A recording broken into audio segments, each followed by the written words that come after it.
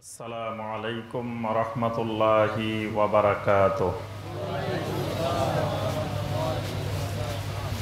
ইন্নাল হামদালিল্লাহ নাহমাদুহু ওয়া নাস্তাঈনুহু ওয়া নাস্তাগফিরুহু ওয়া নাউযু বিল্লাহি মিন শুরুরি আনফুসিনা ওয়া মিন সাইয়্যাতি আ'মালিনা।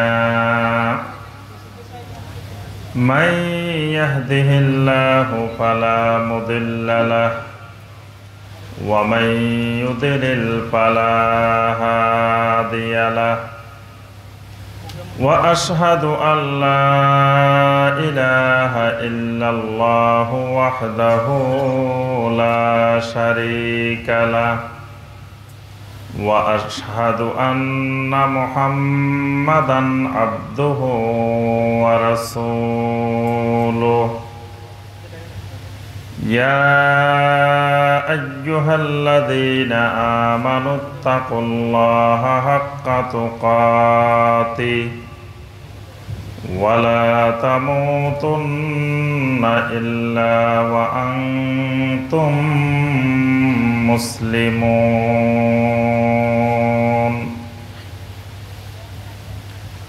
يا أيها الناس اتقوا ربكم الذي خلقكم من نفس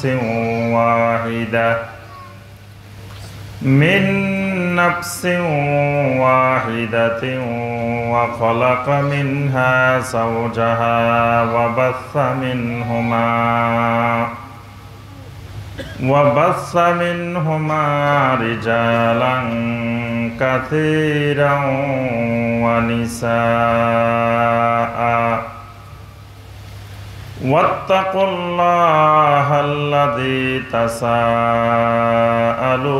به والأرحام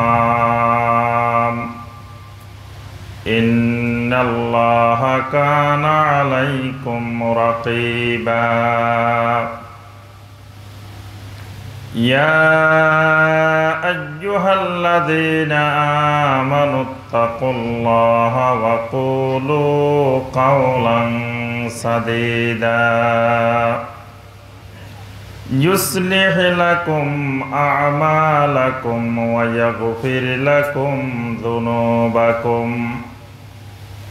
ومن يطع الله ورسوله فقد فاز فوزا عظيما أما بعد فإن خير الحديث كتاب الله وخير الهدي هدي محمد صلى الله عليه وسلم وشر الأمور محدثاتها وكل محدثة بدعة وكل بدعة ضلالة وكل ضلالة في النار. اللهم صل على محمد وعلى آل محمد كما صليت على إبراهيم وعلى آل إبراهيم إنك حميد مجيد.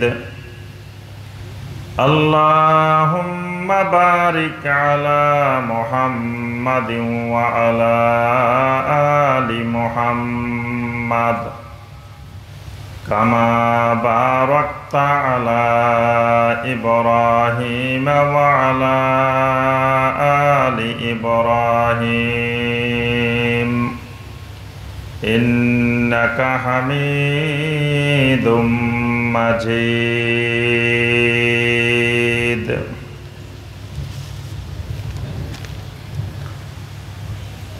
টাঙ্গাইল জেলার দেলদুয়ার উপজেলার অন্তর্গত মীর কুমুল্লী মধ্যপাড়া জনাব রফিকুল ইসলাম জহের খানের উদ্যোগে আজকের এই মোবারকময় ফজিলতময়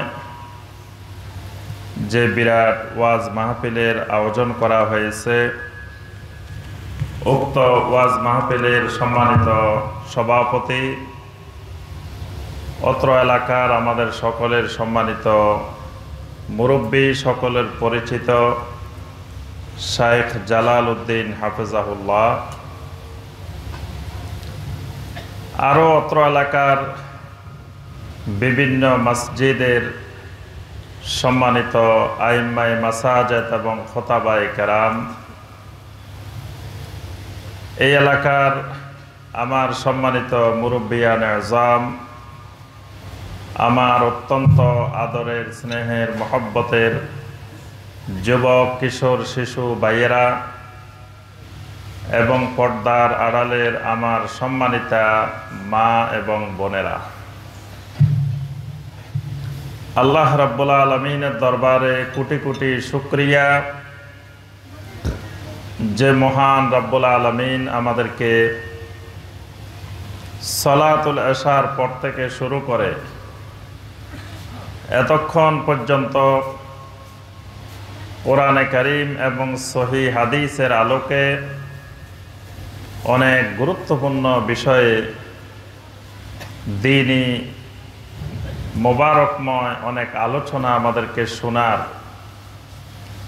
এই পর্যন্ত ধৈর্য ধরে আমাদেরকে বসার এবং মাহফিলের শেষ পর্যায়ে কোরআনে কারীম এবং সহিহ হাদিসের আলোকে দুই একটি কথাবার্তা বলার এবং আপনাদেরকে ধৈর্য ধরে বসার যে মহান রাব্বুল আলামিন তৌফিক দিয়েছেন, সে মহান রাব্বুল আলামিনের শুকর আদায় করি। সকলে বলি আলহামদুলিল্লাহ। আমার সম্মানিত ভাই ও বোনেরা, আলহামদুলিল্লাহ, এতক্ষণ যে বিষয়গুলোকে কেন্দ্র করে, যেই বিষয়গুলোর দিকে দৃষ্টি দিয়ে অনেক সুন্দর আলোচনা করা হয়েছে, এই বিষয়গুলো যদি আমরা সুন্দরভাবে আমল করি, তা আজকের এই দ্বীনি মাহফিলের জন্য এই ওয়াজগুলোই, এই আলোচনাগুলোই আমাদের জন্য যথেষ্ট হয়ে যাবে ইনশাআল্লাহ। তো যেহেতু আমিও এসেছি, এই জন্য আমরা দীর্ঘ সময় ব্যয় না করে আমরা চেষ্টা করব যত কম সময়ের মধ্যে কোরআনে কারীম এবং হাদিসে নববী সাল্লাল্লাহু আলাইহি ওয়াসাল্লামের আলোকে অল্প কিছু কথাবার্তা বলে আজকের এই ওয়াজ মাহফিলের সমাপ্তি করার। ওয়াজ মাহফিল এটা হলো একটি এলমি ক্লাস, দ্বীনি ক্লাস। এটা বিনোদনের স্থান না। বিনোদন তো আমরা বুঝি নাকি, কি আপনারা একটু কথা বলবেন। আমাদের বর্তমানে বাইদের মধ্যে দেখা যায় যে কথা বলেন না, চুপ করে থাকেন, কিছু জিজ্ঞাসা করলেও বলতে কষ্ট হয়। তো আপনারা যদি একটু কথাবার্তা বলেন কিছু জিজ্ঞাসা করলে, তাহলে আমাদের বুঝতে সুবিধা হয় যে আলহামদুলিল্লাহ আপনারা আমার কথা বুঝতেছেন, আপনাদের সাথে আমার একটা কানেকশন আছে। তা আপনারা যদি চুপ করে থাকেন, দুইটার যে কোনো একটা বোঝা যাবে। হয় বোঝা যাবে আমি আপনাদেরকে যা বলতেছি আপনারা আমার কথা বুঝতেছেন না, অথবা বুঝতেছেন কিন্তু আমাকে ভালো লাগতেছে না, আমার ব্যাপারে মনে খুব কষ্ট, এই জন্য কথা বলতেছেন না। এই দুইটার যে কোনো একটা বোঝা যাবে। এই জন্য যেটা জিজ্ঞাসা করি হ্যাঁ অথবা না, বা যেটা জানেন অথবা জানেন না, একটা কিছু তো বলবেন। তাহলে এটা আলোচনা করতে, ক্লাস নিতে সুবিধা হয়। আর আপনারা আলহামদুলিল্লাহ এই ব্যাপারে জানেন যে আমরা কোন ধরনের আলোচনা করি, কোন ধরনের কথা বলি, এগুলো সব আপনাদের আলহামদুলিল্লাহ জানা আছে। প্রতিনিয়ত ইউটিউবে অনলাইনে শুনতেছেন দেখতেছেন। তো এই জন্য আমরা গতানুগতিক ওয়াজ মাহফিল যেগুলো আমাদের দেশে হয়, ওই জাতীয় গতানুগতিক মাহফিলের বক্তা না। আমরা ওয়াজ মাহফিলকে মনে করি এটা একটা এলেম চর্চার স্থান। এখানে এলমি চর্চা হবে, কোরআন এবং সহি হাদিসের আলোকে কিছু এলমের চর্চা হবে। এটাই ওয়াজ মাহফিল, এটাই আল মাউইজা আল হাসানা, এটাই কোরআনের ভাষায় আল মাউইজা আল হাসানা। নবী সাল্লাল্লাহু আলাইহি সাল্লামের হাদিসের ভাষায় এটা মাউইজাতুম বালিগা। সুতরাং সেই আলোকে আমরা কিছু কোরআন এবং সুন্নাহ থেকে কথা বলবো। তো শেষ পর্যন্ত ক্লাসে আপনারা একটু বসার চেষ্টা করবেন ইনশাআল্লাহ। কি থাকবেন তো শেষ পর্যন্ত?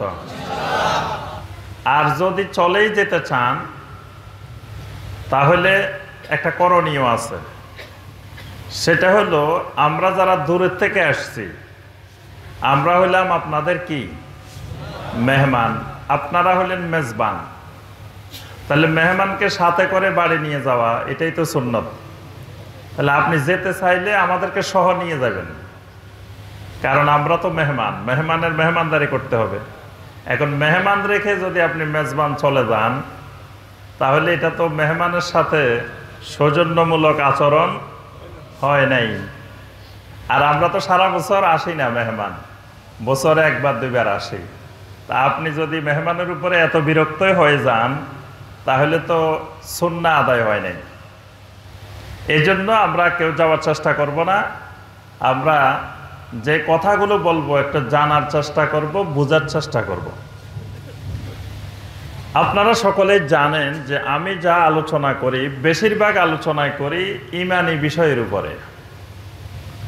কারণ আমাদের সমস্যা আমলে না, আমাদের সমস্যা ঈমানে। আমাদের রোগ আমলের মধ্যে না, রোগ ঈমানের মধ্যে। ঈমানের রোগের চিকিৎসা হইলে, ঈমান সুস্থ হইলে, ঈমান নির্ভেজাল হইলে, ঈমান বিশুদ্ধ হইলে আমল অটোমেটিক বিশুদ্ধ হয়ে যাবে, আমল অটোমেটিক চলে আসবে। কারণ ঈমানেই বাধ্য করবে আমাকে আমলের। এই জন্য আমার চিকিৎসাটা করতে হবে ঈমানের, আমলের না। কিন্তু আমরা চিকিৎসার ক্ষেত্রে ভুল করে থাকি। আমাদের চিকিৎসা চলে বেশিরভাগ আমলের ক্ষেত্রে, ঈমানের কোনো চিকিৎসা হয় না। এই জন্য ঈমানের রোগ ঠিক মতোই রোগ রয়ে গেছে, চিকিৎসা হয় নাই। আমলের কিছু ট্রিটমেন্ট দেওয়া হয়, ওই আমলের ট্রিটমেন্ট দ্বারা স্বাভাবিক কিছু বাহ্যিক কার্যক্রমের উন্নতি ঘটে, কিন্তু ঈমানের কোনো উন্নতি ঘটে না। আর সব জায়গায় গন্ডগোল রয়ে যায়, সব জায়গায় গন্ডগোল রয়ে যায়। এই জন্য আমাদের মূল ট্রিটমেন্ট, মূল চিকিৎসা হবে ঈমানের। এই জন্য ঈমানি বিষয়গুলোকে আমরা অগ্রাধিকার দেওয়ার চেষ্টা করি। আজকেও আপনাদের এই মীর কুমল্লী এলাকায়,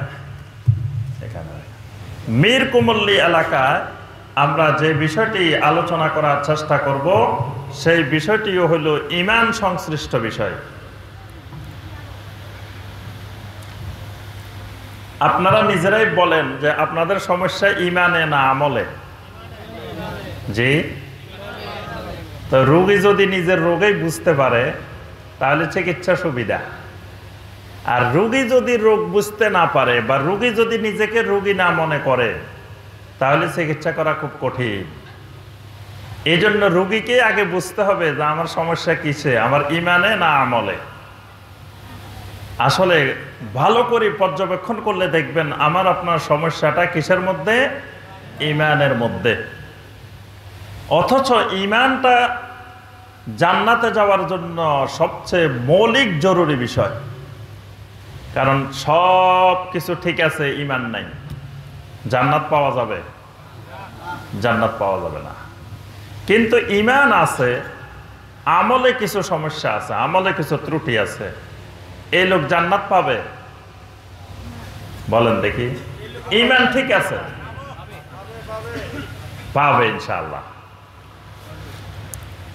তার আমলের কারণে হয়তো কিছু শাস্তি হবে, তারপরে ঈমানের কারণে সে আবার নাজাত পাওয়ার সম্ভাবনা আছে। কিন্তু ঈমানটা যদি ঠিক না থাকে, আমল সব ঠিক আছে, কিন্তু জান্নাত পাওয়ার সম্ভাবনা নাই। এজন্য আমাদেরকে ঈমান সংশ্লিষ্ট বিষয়গুলো বেশি বেশি আলোচনা করতে হবে, জানতে হবে, বুঝতে হবে। আচ্ছা, এবার বলেন দেখি, আমরা যে মুসলিম হয়েছি, আমরা যে মুমিন, আমরা কোন কালেমাটা পড়ে আমরা মুসলিম হয়েছি বলেন তো দেখি। মাশাআল্লাহ, আমাদের দেশের অধিকাংশ, এমনকি ৯৯% এলাকায় যদি আপনি যাই জিজ্ঞাসা করেন যে কোন কালেমা পড়ে মুসলমান হয়েছেন, তখন বলবে কালেমায়ে তৈয়্যিবা। কিন্তু কালেমায়ে তৈয়্যিবা এটা হলো কালেমায়ে শাহাদাতের সংক্ষিপ্ত রূপ, মানে মূল কালেমা হলো কালেমায়ে শাহাদা, এটা সংক্ষিপ্ত রূপ হলো কালেমায়ে তৈয়্যিবা নামে যেটা পরিচিত। তাহলে আমরা ইসলাম গ্রহণ করছি কি বলে? আশহাদু আল্লা ইলাহা ইল্লাল্লাহু ওয়াহদাহু লা শারীকা লাহু ওয়া আশহাদু আন্না মুহাম্মাদান আবদুহু ওয়া রাসূলুহু। আপনারা একটু পড়েন না, আশহাদু আল্লা ইলাহা ইল্লাল্লাহু ওয়াহদাহু লা শারীকা লাহু ওয়া আশহাদু আন্না মুহাম্মাদান আবদুহু ওয়া রাসূলুহু। এই কালেমা পড়ে একজন ব্যক্তি কুফরি থেকে ইসলামের মধ্যে ঢুকে, শিরক থেকে ইসলামের মধ্যে ঢুকে, জাহান্নাম থেকে জান্নাতের মধ্যে ঢুকে, খারাপ রাস্তা থেকে, দলালার রাস্তা থেকে, অন্ধকার রাস্তা থেকে নূরের রাস্তায় ঢুকে, হেদায়েতের রাস্তায় ঢুকে। আবার ঢোকার পরেও মৃত্যু পর্যন্ত বারবার তাকে সাক্ষ্য দিতে হয়, শাহাদা দিতে হয়। কারণ ইসলামের 5টি রোকনের 1 নম্বর রোকনটা হইল, বলেন তো দেখি ইসলামের রোকন কয়টি? 1 নম্বরটা কি? 1 নম্বরটা তাওহীদ, ঠিক আছে, কিন্তু নবী সাল্লাল্লাহু আলাইহি সাল্লাম তাওহীদ বলেন নাই, বলছেন কি? যে বুনিয়াল ইসলামু আলা খামসিন, 1 নম্বরটা হলো শাহাদাতে আল্লাহ ইলাহা ইল্লাল্লাহ ওয়াহদাহু লা শারীকা লাহু ওয়া আন্না মুহাম্মাদান আবদুহু ওয়া রাসূলুহু। এটা যেমন ঈমানেরও মৌলিক কালেমা, মৌলিক বাক্য, আবার ইসলামেরও 1 নম্বর রোকন। এটা যেমন ঈমানের জন্য জরুরি বিষয়, আবার ইসলামেরও 1 নম্বর রোকন, এটা শাহাদা।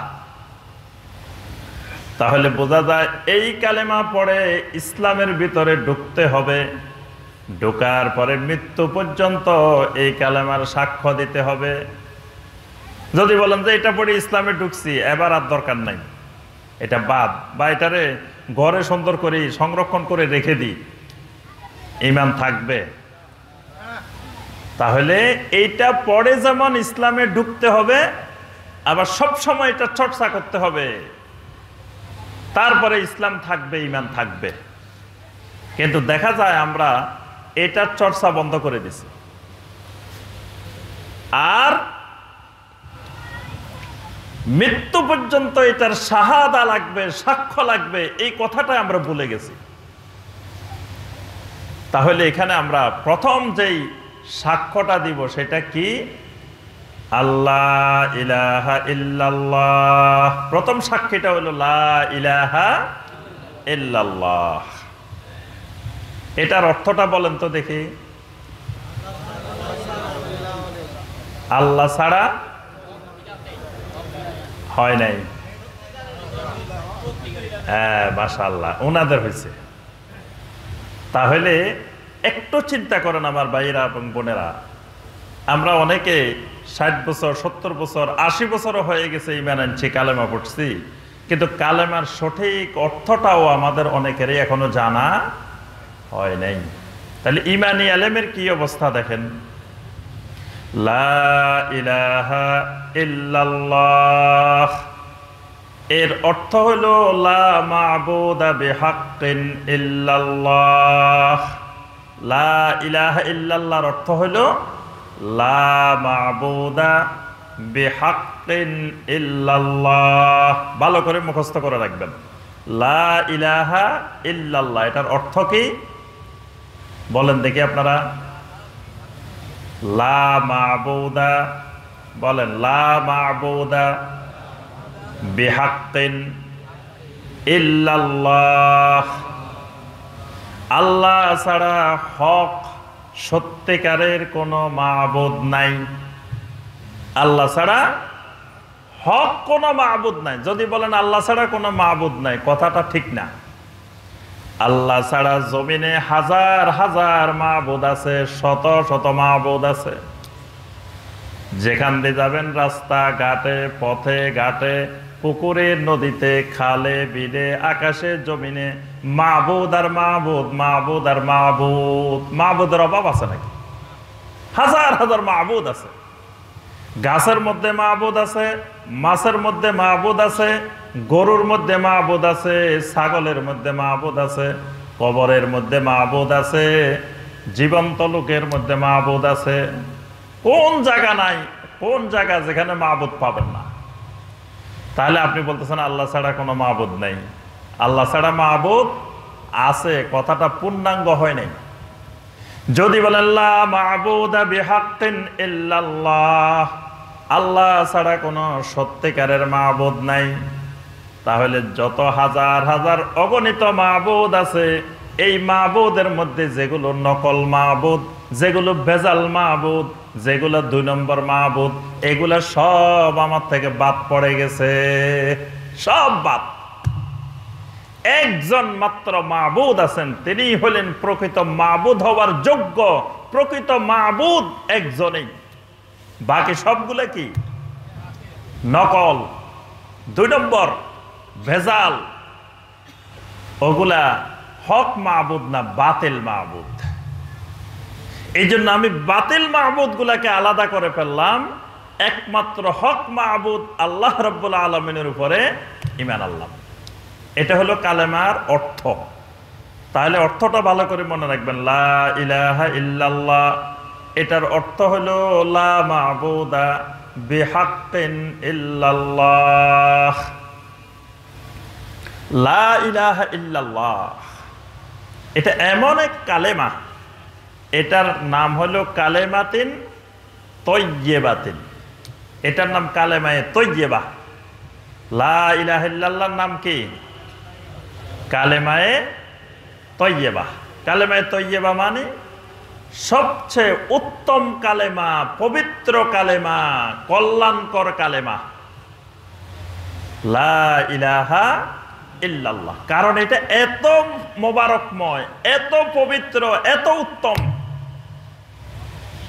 এটা যদি আমি আখের কালাম যদি এটা নিয়ে মরতে পারি, জান্নাত পাওয়া যাবে। সুবহানাল্লাহ। আল্লাহ রাসূল সাল্লাল্লাহু আলাইহি ওয়াসাল্লাম বলেন, মান কানা আখিরা কালামিহি লা ইলাহা ইল্লাল্লাহ দাখালাল জান্নাহ। যে ব্যক্তির আখের কালাম হবে, সর্বশেষ অবস্থান হবে লা ইলাহা ইল্লাল্লাহ, দাখালাল জান্নাহ, এই ব্যক্তি সোজা জান্নাতে চলে যাবে। সুবহানাল্লাহ। এই লোকের কোনো আমলের কথা আল্লাহ রাসূল বলেন নাই, বলছেন শুধু যার আখের কালাম হবে লা ইলাহা ইল্লাল্লাহ, তার কোনো হিসাব নিকাশ নাই, কিছু নাই, দাখালাল জান্নাহ, সোজা সেই জান্নাতে। সুবহানাল্লাহ। তবে লা ইলাহা ইল্লাল্লাহ জান্নাতের চাবি, কিন্তু চাবির মধ্যে দাঁত থাকে, দাঁত আছে না? চাবি কি সোজা থাকে না দাঁতওয়ালা থাকে? তাহলে ওই লা ইলাহা ইল্লাল্লাহ জান্নাতের চাবি, কিন্তু এটার ভিতরে আমলও আছে, দাঁতওয়ালা। এটা আমল না হইলে ওই চাবি দিয়ে তালা খোলা যাবে না। যদি এমন লা ইলাহা ইল্লাল্লাহ নিয়ে গেছেন যে লা ইলাহা ইল্লাল্লাহর মধ্যে চাবির দাঁত নাই, ওইটা দিয়ে তালা খুলবে না। ওই দাঁতগুলাই হলো আমল, মানে লা ইলাহা ইল্লাল্লাহ বাধ্য করবে আমাকে আমল করতে। এই জন্য সর্বশেষ কালাম যদি হয় আমার লা ইলাহা ইল্লাল্লাহ, আল্লাহ রাসূল সাল্লাল্লাহু আলাইহি ওয়াসাল্লাম বলেন দাখালাল জান্নাহ, সোজা সে জান্নাতি। সুবহানাল্লাহ। আরেকটি হাদিসে আল্লাহ রাসূল সাল্লাল্লাহু আলাইহি ওয়াসাল্লাম বলেন, মান মাতা ওয়া হুয়া ইয়ালামু আন্নাহু লা ইলাহা ইল্লাল্লাহ দাখালাল জান্নাহ। যে ব্যক্তি এমন অবস্থায় মারা গেল সে জানে আন্নাহু লা ইলাহা ইল্লাল্লাহ, আল্লাহ ছাড়া সত্যিকারের কোনো মাবুদ নাই, দাখালাল জান্নাহ, সেই সোজা জান্নাতে ঢুকে গেছে। সুবহানাল্লাহ। কি আপনারা সুবহানাল্লাহ কর না দেখি? অর্ডার দেওয়া সুন্নতের খেলাফ। সবাই সুবহানাল্লাহ কোন, সবাই আলহামদুলিল্লাহ কোন, চিৎকার মারা কোন, আসমান জমিন ফাটাই কোন, এগুলো সুন্নতের খেলাফ। কিন্তু আপনি প্রত্যেক কোরআনের আয়াতের পরে, নবী সাল্লাল্লাহু আলাইহি ওয়াসাল্লামের হাদিসের পরে সুবহানাল্লাহর জিকির করবেন, আলহামদুলিল্লাহর জিকির করবেন, আল্লাহু আকবারের জিকির করবেন, লা ইলাহা ইল্লাল্লাহর জিকির করবেন। এটা জিকিরের মাজলিস। এজন্য এগুলো নিজে নিজে বলবেন। এক একটা কোরআনের আয়াতের পরে ইংলিশ বলা সুন্নত না, যে আমি আরবি বললাম সাথে ইংলিশ বলতে থাকলাম বারবার, মানুষ মনে করবে ওরে ওই হুজুর দেখো কত ইংলিশ পারে। এটা সুন্নত না।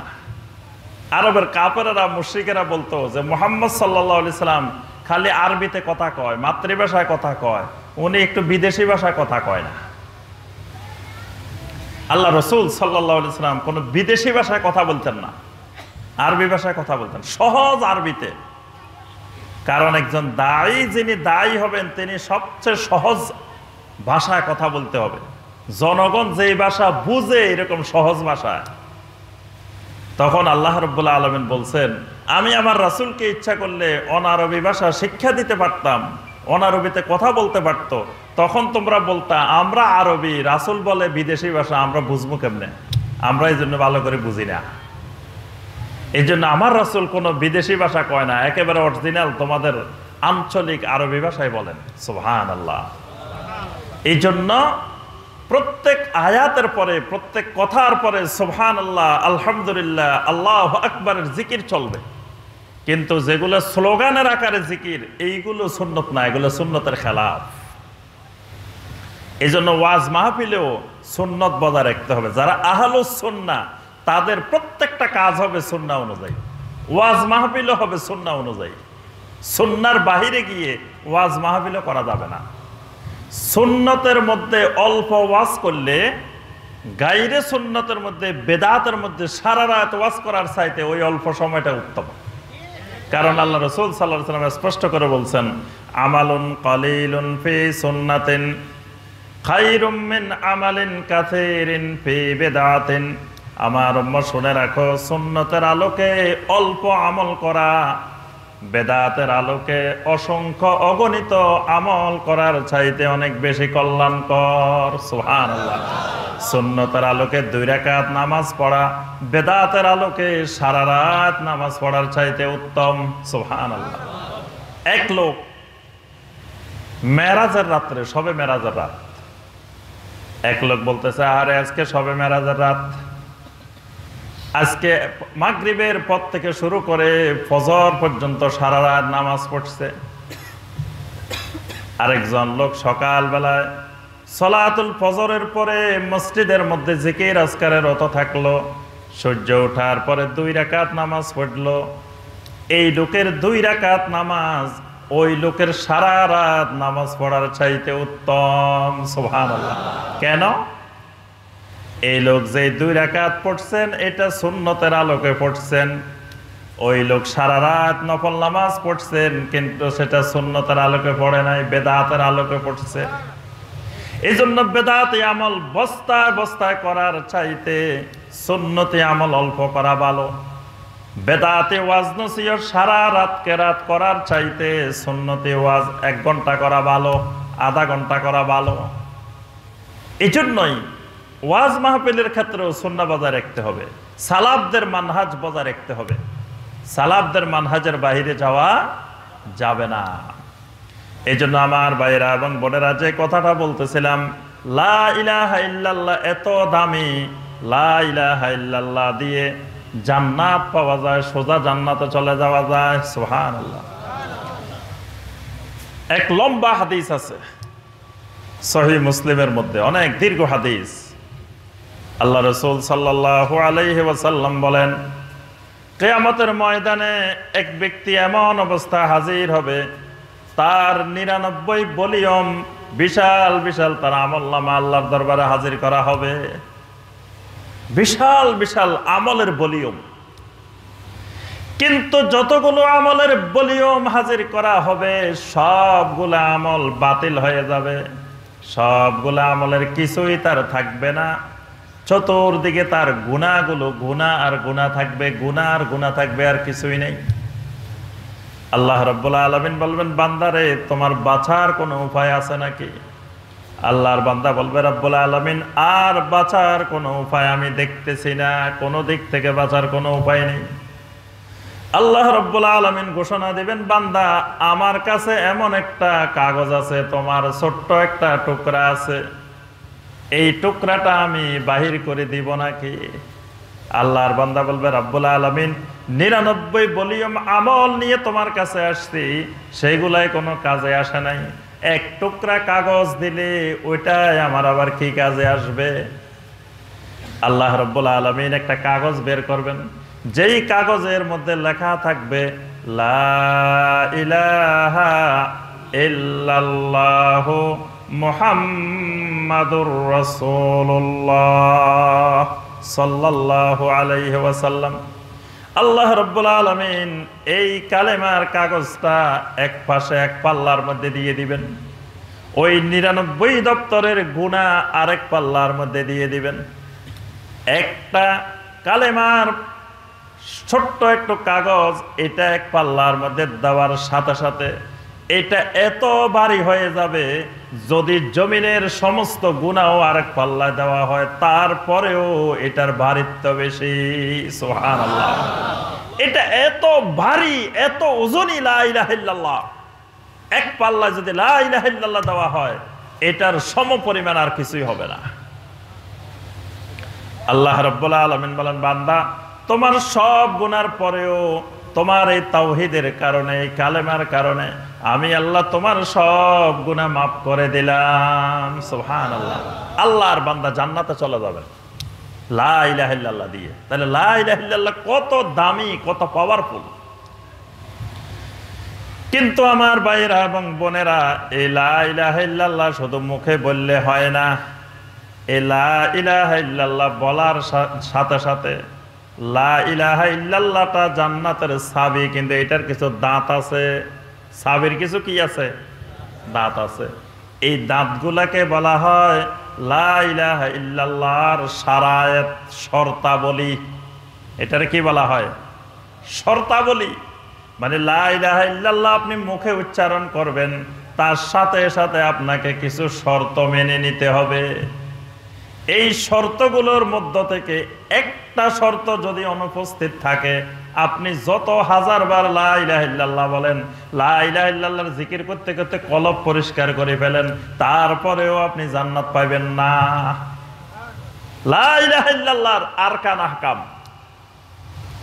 নামাজের আরকান আহকাম কয় ফরজ? বাংলাদেশে দেখবেন যে সব জায়গায় পড়ানো হয়, নুরানি মাদ্রাসায় পড়ায় না। নামাজের আরকান আহকাম 13 ফরজ, সবাই জানে বাংলাদেশে। বাহিরে 7টা, ভিতরে 6টা। বাহিরের গুলাকে বলা হয় আহকাম, ভিতরের গুলাকে বলা হয় আরকান। এরকম লা ইলাহা ইল্লাল্লাহর আরকান আহকাম আছে কয়টা বলেন তো দেখি? লা ইলাহা ইল্লাল্লাহর আরকান আহকাম কয়টি?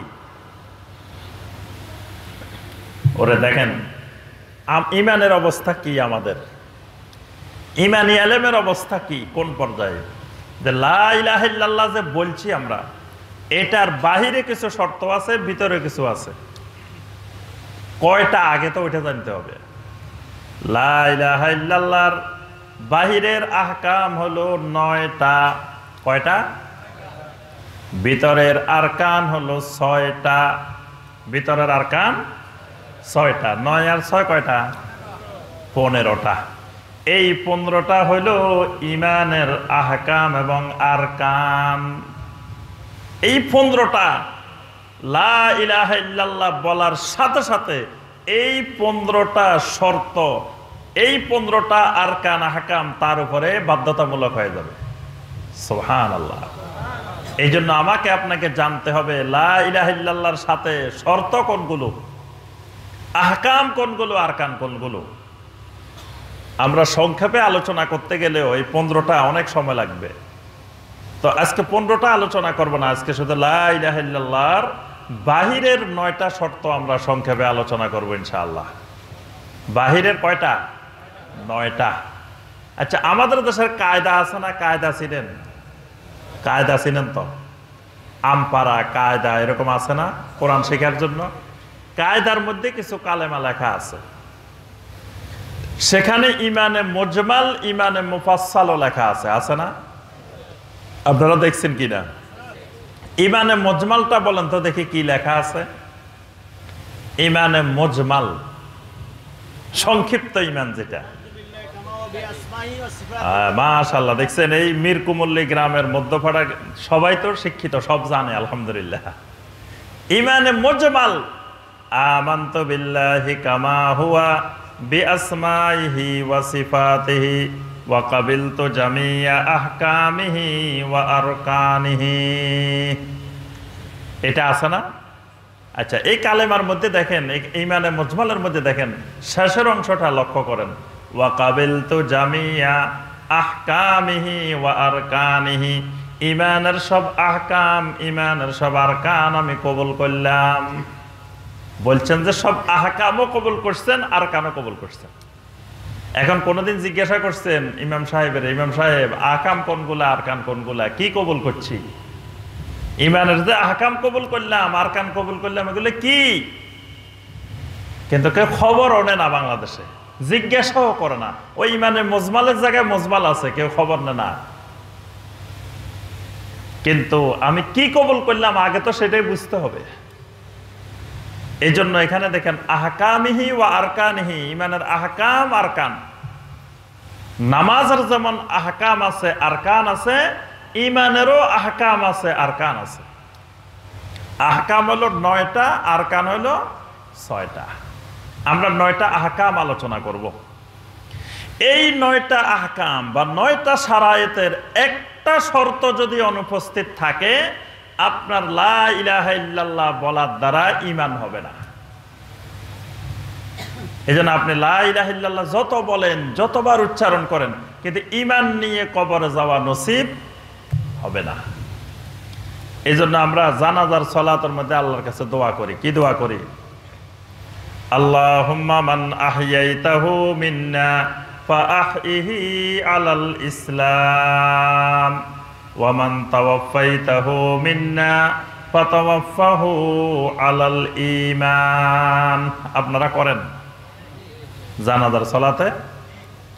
এই দোয়ার মধ্যে আমরা কি বলি দেখেন, আল্লাহুম্মা মান আহইয়াইতাহু মিন্না, হে আল্লাহ আমাদের মধ্য থেকে যাকে আপনি জীবিত রাখবেন যতদিন হায়াত আছে, ফাআহইহি আলাল ইসলাম, ততদিন আমাকে ইসলামের উপরে বাঁচিয়ে রাখেন। আল্লাহ আমাকে ইসলামের উপরে রাখেন।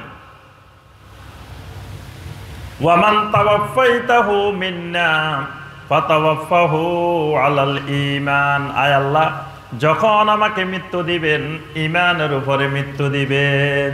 সুবহানাল্লাহ। আল্লাহ আমার মৃত্যুটা যেন হয় ঈমানের উপরে। ঈমান নিয়ে মরতে চাই, কিন্তু ঈমানের শর্ত জানি না। ঈমানের শর্ত নাই, একটা শর্ত অনুপস্থিত, বাস যত ঈমানের জন্য দোয়া করেন কাজ হবে না, ঈমান নিয়ে মারা যাওয়া যাবে না। এই জন্য 9টা শর্ত খুব ভালো করে জেনে নেবেন। আজকে আমরা সংক্ষেপে শুধু একটু ধারণা দিব এই 9টা শর্ত সম্পর্কে। 1 নম্বর শর্ত, লা ইলাহা ইল্লাল্লাহ বলতে হলে 1 নম্বর যেই শর্তটি মেনে নিতে হবে সেটি হলো আল ইলম আল মুনাফি লিল জাহাল। এমন এলেম সহকারে লা ইলাহা ইল্লাল্লাহ বলতে হবে যেই এলেমের দ্বারা সমস্ত জাহালত, সমস্ত মূর্খতা দূর হয়ে যায়। এমন জ্ঞান সহকারে, এমন এলেম সহকারে লা ইলাহা ইল্লাল্লাহটা বলতে হবে, এটা কি দূর করবে? কথা বলেন না দেখি, বুঝতে পারেন না আমার কথাটা। জাহালত, মূর্খতা, সমস্ত জাহালত আমার ভিতর থেকে দূর করে দিবে। এখন জাহালত আছে, লা ইলাহা ইল্লাল্লাহ আছে, দুইটা একসাথে থাকবে? কথা কয় না। আমার ভিতরে জাহালত আছে, আবার লা ইলাহা ইল্লাল্লাহ আছে, দুইটা কি একসাথে থাকবে? আবু জাহেল নাম শুনছেন না? আবু জাহেলের নাম শুনছেন? আচ্ছা, আবু জাহেলও আছে, লা ইলাহা ইল্লাল্লাহ আছে, দুইটা একসাথে আছে? আবু জাহেল যেখানে, লা ইলাহা ইল্লাল্লাহ সেখানে থাকে না। এই দুইটা একটা আরেকটার বিপরীত। লা ইলাহা ইল্লাল্লাহ থাকে ওই কালাবের ভিতরে, ওই অন্তরের ভিতরে, যে অন্তরের ভিতরে এলেম আছে, যে অন্তরের ভিতরে এলেম থাকে সেই অন্তরে লা ইলাহা ইল্লাল্লাহ থাকে। যে অন্তরে জাহালত থাকে, মূর্খতা থাকে, সেই অন্তরে লা ইলাহা ইল্লাল্লাহ থাকে না। এজন্য আবু জাহেল অনেক বড় শিক্ষিত, অনেক বুদ্ধিজীবী, অনেক বিশাল ব্যক্তি, কিন্তু আল্লাহ রাসূল সাল্লাল্লাহু আলাইহি ওয়াসাল্লাম বলেন হে হলো আবু জাহাল। কারণ তার ভিতরে জাহালত বিরাজ করতেছে, তার ভিতরে লা ইলাহা ইল্লাল্লাহ নাই। লা ইলাহা ইল্লাল্লাহর যার কাছে এলেম নাই, সে জাহালতের মধ্যে আছে। কারণ লা ইলাহা ইল্লাল্লাহর এলেম এক নম্বর ফরজ। সবার আগে দুনিয়াতে আপনি কিছু শিখেন আর না শিখেন, প্রথম শিখতে হবে লা ইলাহা ইল্লাল্লাহর এলেম। লোকমান আলাইহিস সালাম তার ছেলেকে প্রথম কি শিখাইছেন? وَإِذْ قَالَ لُقْمَانُ لِابْنِهِ وَهُوَ يَعِظُهُ يَا بُنَيَّ لَا تُشْرِكْ بِاللَّهِ إِنَّ الشِّرْكَ لَظُلْمٌ عَظِيمٌ। সূরা লোকমানের 13 নম্বর আয়াত। وَإِذْ قَالَ لُقْمَانُ لِابْنِهِ وَهُوَ يَعِظُهُ, লোকমান আলাইহিস সালাম তার সন্তানকে প্রথম যে উপদেশটা দিয়েছেন, ইয়া বুনাইয়া লা তুশরিক বিল্লাহ, বাবারে জীবনে কোনোদিন আল্লাহর সাথে শিরক করিও না। ইন্নাশ শিরকা লাযুলমুন আযীম, কারণ শিরক হলো দুনিয়ার মধ্যে, জমিনের মধ্যে সবচেয়ে বড় জুলুম। তাহলে সন্তানকে আপনি প্রথম শিখাইবেন তাওহীদ, শিরক মুক্ত ঈমান শিখাইবেন। তাহলে একজন মানুষের উপরে দুনিয়াতে ডিগ্রি পাস করা, মাস্টার্স পাস করা ফরজ না ওয়াজিব? বলেন দেখি। হ্যাঁ, মাশাআল্লাহ, মাশাআল্লাহ তো ঠিকই জানেন। তাহলে এত কিছু পাস করা ফরজ না, কিন্তু ফরজ কি? ফরজ হইল লা ইলাহা ইল্লাল্লাহর ইলম। লা ইলাহা ইল্লাল্লাহর এমন ইলম লাগবে যেই ইলমের দ্বারা সমস্ত রকমের জাহালত অন্তর থেকে দূর হয়ে যাবে। আল্লাহ পাক কোরআনে কারিমে সূরা মুহাম্মদের 19 নম্বর আয়াতে বলছেন, ফাআলাম আন্নাহু লা ইলাহা ইল্লাল্লাহ ওয়াস্তাগফির লিযামবিকা ওয়ালিল মুমিনিনা ওয়াল মুমিনাত। ফাআলাম, ফাআলাম এটা আল্লাহর অর্ডার, নির্দেশ। ইলম শিখো, জানো, বুঝো। কি জানবা, কি বুঝবা, কি শিখবা?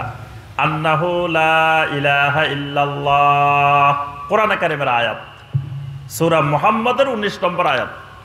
আল্লাহ পাক সরাসরি বলে দিয়েছেন ইলম শিখো, লা ইলাহা ইল্লাল্লাহর ইলম। ওয়াস্তাগফির লিযামবিকা ওয়ালিল মুমিনিনা ওয়াল মুমিনাত, তোমার জন্য, মুমিন মুমিনাতদের জন্য গুনাহের জন্য ইস্তিগফার করো, এটারও ইলম শিখো। মানে ঈমানেরও ইলম শিখো, আমলেরও ইলম শিখো, দুটারও ইলম লাগবে। তাহলে ইলমবিহীন ঈমান হতে পারে না। ইলমবিহীন যদি ঈমান হয়, তখন ওই ঈমানের মধ্যে শিরক ঢুকে পড়ে, ওই ঈমানের মধ্যে কুফর ঢুকে পড়ে, ওই ঈমানের ভিতরে বেদাত ঢুকে পড়ে। ঈমানি ইলম যদি না থাকে, তাহলে ওই ঈমানের মধ্যে শিরক ঢুকে, কুফর ঢুকে, নেফাক ঢুকে, বেদাত ঢুকে। এই জন্য দেখবেন ঈমানদার আবার শিরকও করে, আছে না বাংলাদেশে? ওরে একজন দুইজন না, লক্ষ লক্ষ আছে, কোটি কোটি আছে, লা ইলাহা ইল্লাল্লাহ দাবি করে, আবার শিরকও করে। তাহলে যার ভিতরে লা ইলাহা ইল্লাল্লাহ থাকে, সে আবার শিরক করে কেমনে? কারণ লা ইলাহা ইল্লাল্লাহ তো এমন এক বাক্য যেটা শিরককে দূর করে দেয়। কিন্তু দেখা যায় আমাদের সমাজে লা ইলাহা ইল্লাল্লাহ স্বীকার করে, আবার শিরকও করে, আছে না? কেন করে? এটার মূল কারণ হলো ওই আল্লাহর বান্দা লা ইলাহা ইল্লাল্লাহ বলছে, কিন্তু লা ইলাহা ইল্লাল্লাহর ইলম নাই, লা ইলাহা ইল্লাল্লাহর জ্ঞান নাই, লা ইলাহা ইল্লাল্লাহর ইলম নাই। লা ইলাহা ইল্লাল্লাহর ইলমটা কি জিনিস? আল্লাহ যে ইলম শিখতে বলছেন, লা ইলাহা ইল্লাল্লাহর ইলম লাগবে। লা ইলাহা ইল্লাল্লাহর ইলম হলো উসুলে সালাসা শিখতে হবে। কি শিখতে হবে? আমি শুধু আপনাদেরকে পড়া দিয়ে যাচ্ছি, 1 বছরের পড়া। এই 1 বছরের মধ্যে এগুলো শিখবেন। লা ইলাহা ইল্লাল্লাহর ইলম 1 নম্বরে শিখতে হবে উসুলে সালাসা। উসুলে সালাসা মানে ঈমানের 3 উসুল। ঈমানের উসুল কয়টা? 3টা। কবরে যে 3টা প্রশ্ন হইব, এই 3টাই ঈমানের উসুল। এটার উপরে লেখাপড়া করে কবরে যাইতে হইব। এমনি খালি কবরে চলে গেলে পরীক্ষা পাস করে ফেলবেন এরকম না। এটার নাম উসুলে সালাসা, 3 উসুল। এটা ঈমানি ইলম। 2 নম্বরে লাগবে ঈমানের আহকাম গুলো বুঝতে হবে। 3 নম্বরে ঈমানের আরকান বুঝতে হবে। 4 নম্বরে ইসলামের আরকান বুঝতে হবে, আরকানুল ইসলাম বুঝতে হবে। 5 নম্বরে তাওহীদ বুঝতে হবে। 6 নম্বরে শিরক বুঝতে হবে। 7 নম্বরে কুফর বুঝতে হবে। 8 নম্বরে তাগুত বুঝতে হবে। 9 নম্বরে ইবাদত বুঝতে হবে। 10 নম্বরে আল ওয়ালা ওয়াল বারা বুঝতে হবে। 11 নম্বরে সুন্নাত বুঝতে হবে। 12 নম্বরে বেদাত বুঝতে হবে। এই জিনিসগুলোর নাম হলো লা ইলাহা ইল্লাল্লাহর ইলম। এগুলা লা ইলাহা ইল্লাল্লাহর ইলম। এইগুলা যিনি ডক্টরেট ডিগ্রি করবেন তার উপরেও যেমন ফরজে আইন, যিনি সরে আলিফ বা তা জানে না তার উপরেও ফরজে আইন। প্রত্যেক মুমিনের জন্য এগুলার ইলম ফরজে আইন। শিখতেই হবে, তাকে জানতেই হবে, বুঝতেই হবে, না হয় সেই ঈমান নিয়ে কবরে যেতে পারবে না। এই জন্য আল্লাহ রাসূল সাল্লাল্লাহু আলাইহি সাল্লামের কাছে মরুভূমির রাখাল এসেছে, শত শত মরুভূমির রাখাল এসেছে। যেই মরুভূমির রাখালেরা আরবি লিখতে জানতো না, বলতে জানতো না, কিছুই জানতো না, কোনো ডক্টরের ডিগ্রি ছিল না, কিছুই ছিল না, কিন্তু ওই মানুষগুলো এসে ঈমানি ইলম লা ইলাহা ইল্লাল্লাহর ইলম শিখে গেছে। সুবহানাল্লাহ। এই জন্য লেখাপড়া জানা জরুরি না, কিন্তু লা ইলাহা ইল্লাল্লাহর ইলম জরুরি। তা বলে আমি লেখাপড়া জানি না, বই পড়তে জানি না, কেমনে শিখবো?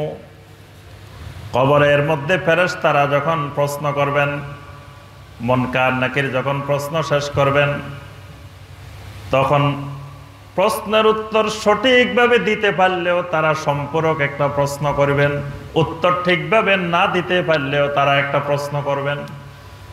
3টা প্রশ্ন তো আগে হয়ে যাবে। উত্তর দিতে পারলেও একটা জিজ্ঞাসা করবেন, না পারলেও আরেকটা জিজ্ঞাসা করবেন। যখন কোনো ব্যক্তি সুন্দর করে উত্তর দিয়ে দিবে, ফেরেশতারা জিজ্ঞাসা করবেন এত সুন্দর করে উত্তরটা জানলা কেমনে, শিখলা কেমনে, এটা জিজ্ঞাসা করবেন। আবার যখন উত্তর দিতে পারবে না তখন জিজ্ঞাসা করবেন হালা তালাইতা ওয়ালা দাঁড়াইতা। 2টা কথা বলবেন, তালাইতা ওয়ালা দাঁড়াইতা। আরে ব্যাকল, দুনিয়াতে তুমি তেলাওয়াতও করো নাই, জানো নাই। 2টা শব্দ বলবে ফেরেশতারা, তালাইতা দাঁড়াইতা। তালাইতা মানে বই পড়ি পড়ি, কোরআন পড়ি পড়ি, হাদিস পড়ি পড়ি তুমি জানতে পারো নাই। দাঁড়াইতা মানে তুমি তো পড়তে জানো না, কিন্তু জমিনে ওলামায়ে কেরাম এরকম আলোচনা করছিল, ওলামায়ে কেরামের দ্বীনি মজলিসে যাইও কি শেখার সুযোগ পাও নাই। দাঁড়াইতা মানে তুমি পড়তে জানো না, ভালো কথা, কিন্তু তোমার সামনে ইউটিউব ছিল, অনলাইন ছিল, ফেসবুক ছিল, দুনিয়া সব দেখছো ইন্টারনেটে। এখন তো আমাদের আম্মারা, মা বোনেরা দুনিয়ার যত রান্না বান্না আছে সব ইন্টারনেট থেকে শিখে, ইউটিউব থেকে শিখে। দেখবেন যে কিচেন রুমে এখন রান্নাঘরে ইউটিউব লাগানো থাকে, ইউটিউব দেখে দেখে সব রান্না করে। তো সব ইউটিউব থেকে শিখতে পারলা, ঈমানটা ইউটিউব থেকে শিখতে পারো নাই। আল্লাহ পাক কত সহজ করে দিয়েছেন দিন জানা বোঝা বর্তমানে। আলহামদুলিল্লাহ, কেউ যদি দিন জানতে চায়, বুঝতে চায়, তার জন্য আল্লাহ পাক অনেক সহজ করে দিয়েছেন। এই জন্য ফেরেশতারা জিজ্ঞাসা করবেন হালা তালাইতা ওয়ালা দাঁড়াইতা। তুমি পড়তে জানতে না, লেখাপড়া জানতে না, ভালো কথা, তুমি কি শুনতেও জানো না? আল্লাহ পাক তো তোমাকে শোনার মতো শক্তি দিচ্ছেন, কান দিচ্ছেন। তাহলে এই ঈমানি ইলমগুলো যে কোনো পরিস্থিতিতে, যে কোনো অবস্থায় শিখতেই হবে। এই ওজোর আপত্তি দেওয়া যাবে না, আমি তো লেখাপড়া জানতাম না, আমি তো বড় জ্ঞানী ছিলাম না। যাদের ভিতরে ঈমানী ইলম নাই তারা কি করে, এই কথা আল্লাহ বলছেন কোরআনে কারিমে, ওয়া মিনহুম উম্মিয়ুনা লা ইয়ালামুনাল কিতাবা ইল্লা আমানিয়া ওয়া ইনহুম ইল্লা ইয়াজুন্নুন। আল্লাহ রাব্বুল আলামিন বলেন ওয়া মিনহুম উম্মিয়ুন, তাদের ভিতরে কিছু কিছু আছে উম্মি, কিছুই জানে না, কোনো ইলম শিখে না, জানারও চেষ্টা করে না, বোঝারও চেষ্টা করে না। লা ইয়ালামুনাল কিতাবা ইল্লা আমানিয়া ওয়া ইনহুম ইল্লা ইয়াজুন্নুন, তারা শুধু আশা করে বসে থাকে, ধারণার উপরে চলতে থাকে। যখন কারো ঈমানী ইলম থাকে না তখন সে শুধু আশা করে বসে থাকে। কি আশা করে? নামাজ পড়ে না, তারপরেও জান্নাতের আশা করে বসে থাকে। এরকম ব্যাককল আছে কি নাই? আপনাদের এলাকায় নাই মনে হয়, আছে। নামাজ নাই তাও জান্নাতের আশা করে বসে রয়েছে। আল্লাহ বলছেন এরা হইল উম্মি, এরা জাহেল, এদের ঈমানী ইলম নাই। কারণ ঈমানী ইলম থাকলে ঈমান তাকে নামাজ পড়াতে বাধ্য করত।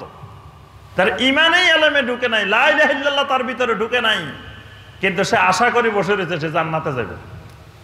আল্লাহ পাক কোরআনে কারিমে সূরা আল মুদ্দাসসিরের 42 থেকে 48 জাহান্নামে কি কি কারণে যাবে কয়েকটা গুরুত্বপূর্ণ কারণ আল্লাহ বর্ণনা করে দিয়েছেন। 1 নম্বরে বলছেন ক্বালু লাম নাকু মিনাল মুসাল্লিন। 1 নম্বরে জাহান্নামে যাওয়ার কারণ হলো নামাজি না হওয়া, মুসল্লি না হওয়া, নিয়মিত 5 ওয়াক্ত সালাত আদায় না করা। যেখানে কোরআনে আল্লাহ পাক স্পষ্ট বলে দিয়েছেন এটা জাহান্নামে যাওয়ার কারণ, তা তখনও এই দেশে কোটি কোটি মানুষ নামাজ না পড়ি জান্নাতে যাওয়ার আশা করে বসে দিয়েছে। আল্লাহ পাক এজন্য বলছেন ওয়া মিনহুম উম্মিয়ুনা লা ইয়ালামুনাল কিতাবা ইল্লা আমানিয়া, এরা শুধু আশার উপরে চলে, আশা করে বসে থাকে। ওয়া ইনহুম ইল্লা ইয়াজুন্নুন, এরা ধারণার ভিত্তিতে জীবন চলে, ধারণার ভিত্তিতে চলে, সব খালি ধারণাই করে। আর যখনই ধারণার উপরে চলে তখন সে শিরকে নিপতিত হয়। কারণ ধারণার উপরে চললে কেমনে শিরক হয় দেখেন। এক ব্যক্তি ঢাকা সুপ্রিম কোর্টে গেছে, হাইকোর্টে গেছে, বিচার আচার চলতেছে, কেমনে দেখতেছে। দেখার পরে দেখলো যে বিচারক বিচার করতেছেন, সাক্ষী ডাকতেছেন, দুই দিকে কথাবার্তা চলতেছে, যারা চলতেছে, এই পক্ষেরও উকিল আছে, এই পক্ষেরও উকিল আছে, বাদীরও উকিল আছে, বিবাদীরও উকিল আছে।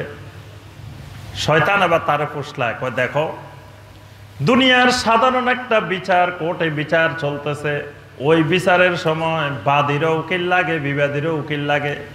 কিয়ামতের ময়দানে তোমার বিচার হবে মহান আল্লাহ রাব্বুল আলামিনের দরবারে, তোমার কি সেদিন উকিল নিয়োগ করা লাগবে না? শয়তান কি ঢুকেছে দেখছেন? কয় দুনিয়ার একটা বিচারে উকিল লাগে, ব্যারিস্টার নিয়োগ দিতে হয়, উকিল নিয়োগ দিতে হয়, তো তোমার যে কিয়ামতের দিন বিচার হইব আল্লাহর দরবারে, ওখানে তোমার পক্ষের উকিল নিয়োগ দেওয়া লাগবে না? সুন্দর করে যুক্তি দিয়ে শয়তান বুঝাই দিছে। বাস ঈমানী ইলম না থাকার কারণে এর ভিতরে ঢুকে গেছে, আহারে আসলে তো ঠিক কথা, আমারও তো কিয়ামতের ময়দানে আল্লাহর দরবারে বিচার হইব, তখন আমার পক্ষেরও তো উকিল লাগবে, ব্যারিস্টার লাগবে। বাস এবার বাংলাদেশের কোন জায়গায় উকিল পাওয়া যায়, ব্যারিস্টার পাওয়া যায় খুঁজতেছে, খুঁজতে নেমে গেছে।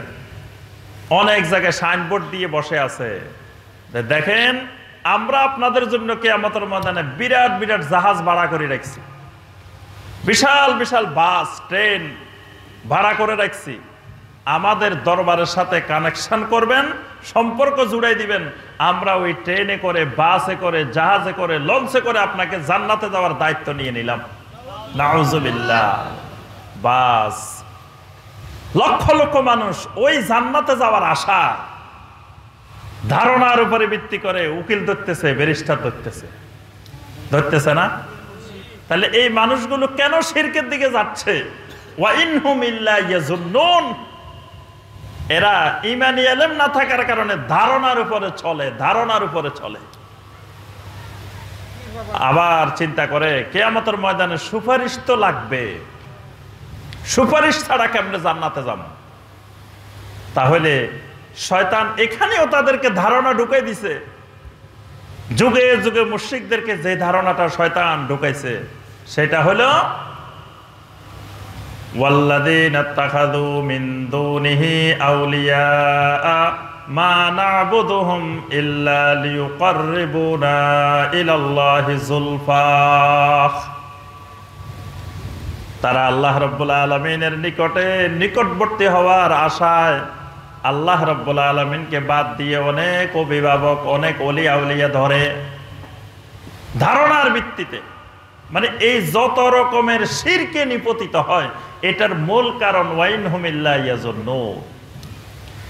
আর যখন তাকে বলবেন ভাই এই কাজটা করতেছেন শিরক, এই কাজটা করতেছেন কুফর, এটা বেদাত, এটাতে আপনার ঈমান চলে যাব, তখন জবাব কি?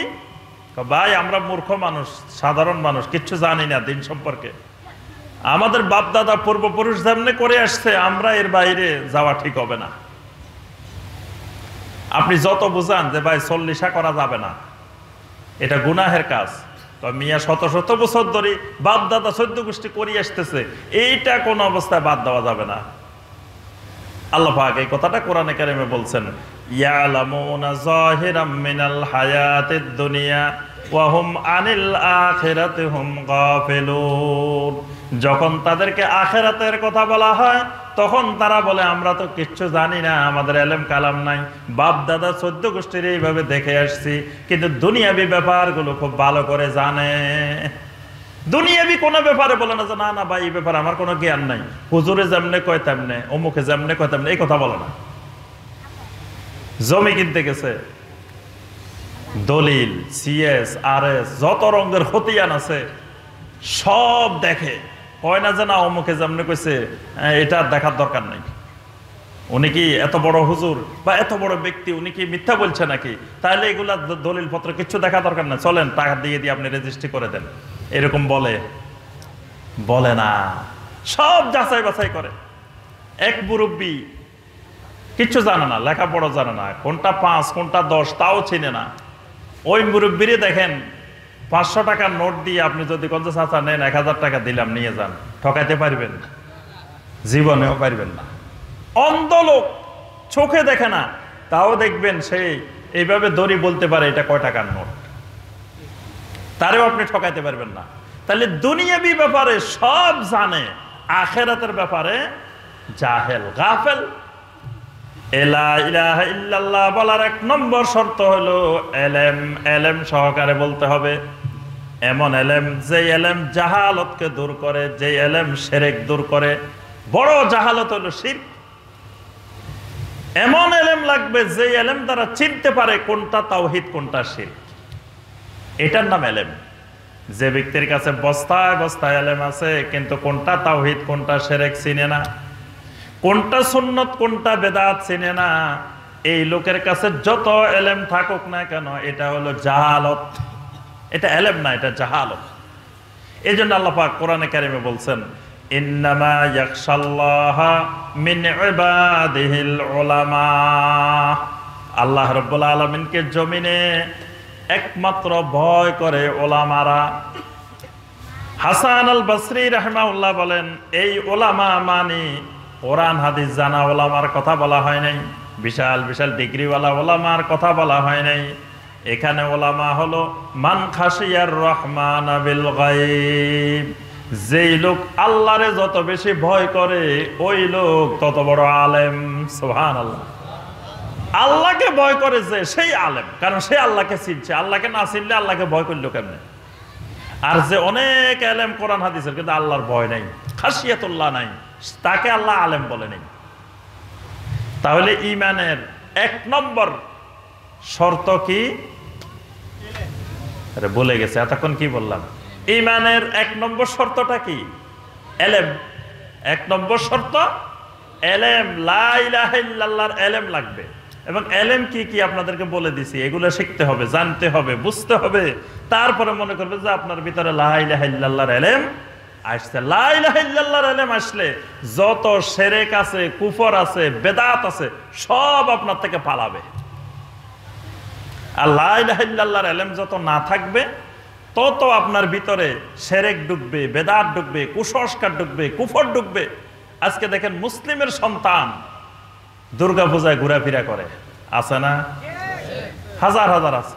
দুর্গাপূজায় যায় সুন্দর করে খাওয়া দাওয়া করে, দেবী মণ্ডপ পরিদর্শন করে, গান বাজনার সাথে সাথে নাচে, ওখানে গিয়ে মুসলিমের সন্তান দোকান দেয়, বেচা কিনা করে, ব্যবসা বাণিজ্য করে। কেন করে? এই লোক লা ইলাহা ইল্লাল্লাহ বুঝে নাই। এই লোক নামে মাত্র আদমশুমারিতে মুসলিম, কিন্তু ঈমান তার ভিতরে আসে না। এই জন্যই ওখানে ঘুরাফেরা করে, কারণ সে ইবাদতে বুঝে নাই, মাবুদে বুঝে নাই। ঈমানের মৌলিক জিনিস ইবাদত। আল্লাহ পাক মানুষ আর জিনকে কি জন্য বানাইছেন? ওয়ামা খালাকতুল জিন্না ওয়াল ইনসা ইল্লা লিয়াবুদুন। আল্লাহ পাক মানুষ আর জিনকে বানিয়েছেন একমাত্র আল্লাহর গোলামের জন্য, ইবাদতের জন্য। ইবাদত বুঝা ফরজ, ইবাদত বুঝতে হবে কোনটা কোনটা ইবাদত। ওই লোক ইবাদতে বুঝে নাই। ইবাদত না বোঝার কারণে কুফরের অন্ধকারে নিমজ্জিত, শিরকের অন্ধকারে নিমজ্জিত, বেদাতের অন্ধকারে নিমজ্জিত। যদি ইবাদতে বুঝতো তাহলে এই সমস্ত জাহেলিয়াতের সাথে তার সম্পর্ক থাকতো না। এই জন্য 1 নম্বরে ইলম লাগবে। এবার 2 নম্বরে আসেন। 2 নম্বরে কি লাগবে? লা ইলাহা ইল্লাল্লাহর জন্য 2 নম্বরে যে জিনিসটি লাগবে ঈমানের জন্য, সেই জিনিসটা হলো আল ইয়াকিন। ইয়াকিন লাগবে, ইয়াকিন। লা ইলাহা ইল্লাল্লাহটা ইয়াকিন সহকারে বলতে হবে। লা ইলাহা ইল্লাল্লাহটা ইয়াকিন, এমন ইয়াকিন যেটা আল মুনাফি লিশাক।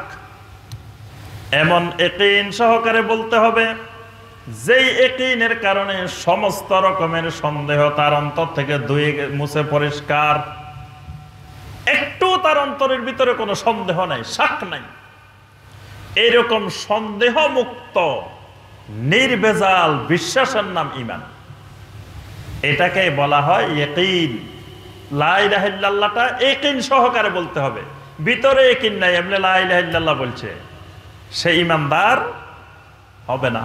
আল্লাহ পাক সূরা আল হুজুরাতের 15 নম্বর আয়াতে বলে দিয়েছেন, ইন্নামাল মুমিনুনা আল্লাযীনা আমানু বিল্লাহি ওয়া রাসূলিহি সুম্মা লাম ইয়ারতাবু ওয়া জাহাদু বিআমওয়ালিহিম ওয়া আনফুসিহিম ফি সাবিলিল্লাহ উলাইকা হুমুস সাদিকুন। আল্লাহ রাব্বুল আলামিন বলেন, ঈমানদার তো শুধু তারাই, মুমিন তো শুধু তারাই যারা আল্লাহ এবং রাসূলের উপরে ঈমান এনেছে। সুম্মা লাম ইয়ারতাবু, ঈমান আনার পরে বিন্দু মাত্র সন্দেহ পোষণ করে নাই।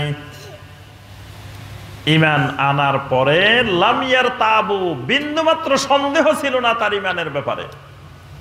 সে দুনিয়াতে বসে মনে হয় তার চোখের সামনে আখিরাত ভাসতেছে, সে এমন ভাবে ইবাদত করতেছে আনতাবুদাল্লাহা কাআন্নাকা তারা, যেন সে আল্লাহ রাব্বুল আলামিনকে দেখতেছে, মাবুদকে দেখতেছে। এটার নাম ইয়াকিন। এমন ভাবে আল্লাহর ইবাদত যেন আল্লাহরে দেখতেছে।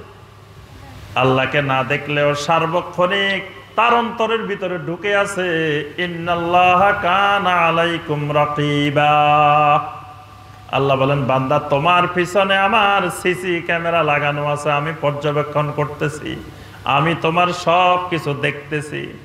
কোন আল্লাহর বান্দা বান্দি যদি চিন্তা করে আমারে আমার আল্লাহ, আমার মাবুদ দেখতেছেন, আল্লাহর এই বান্দা কোনোদিন কোন আল্লাহর নাফরমানি করতে পারে না।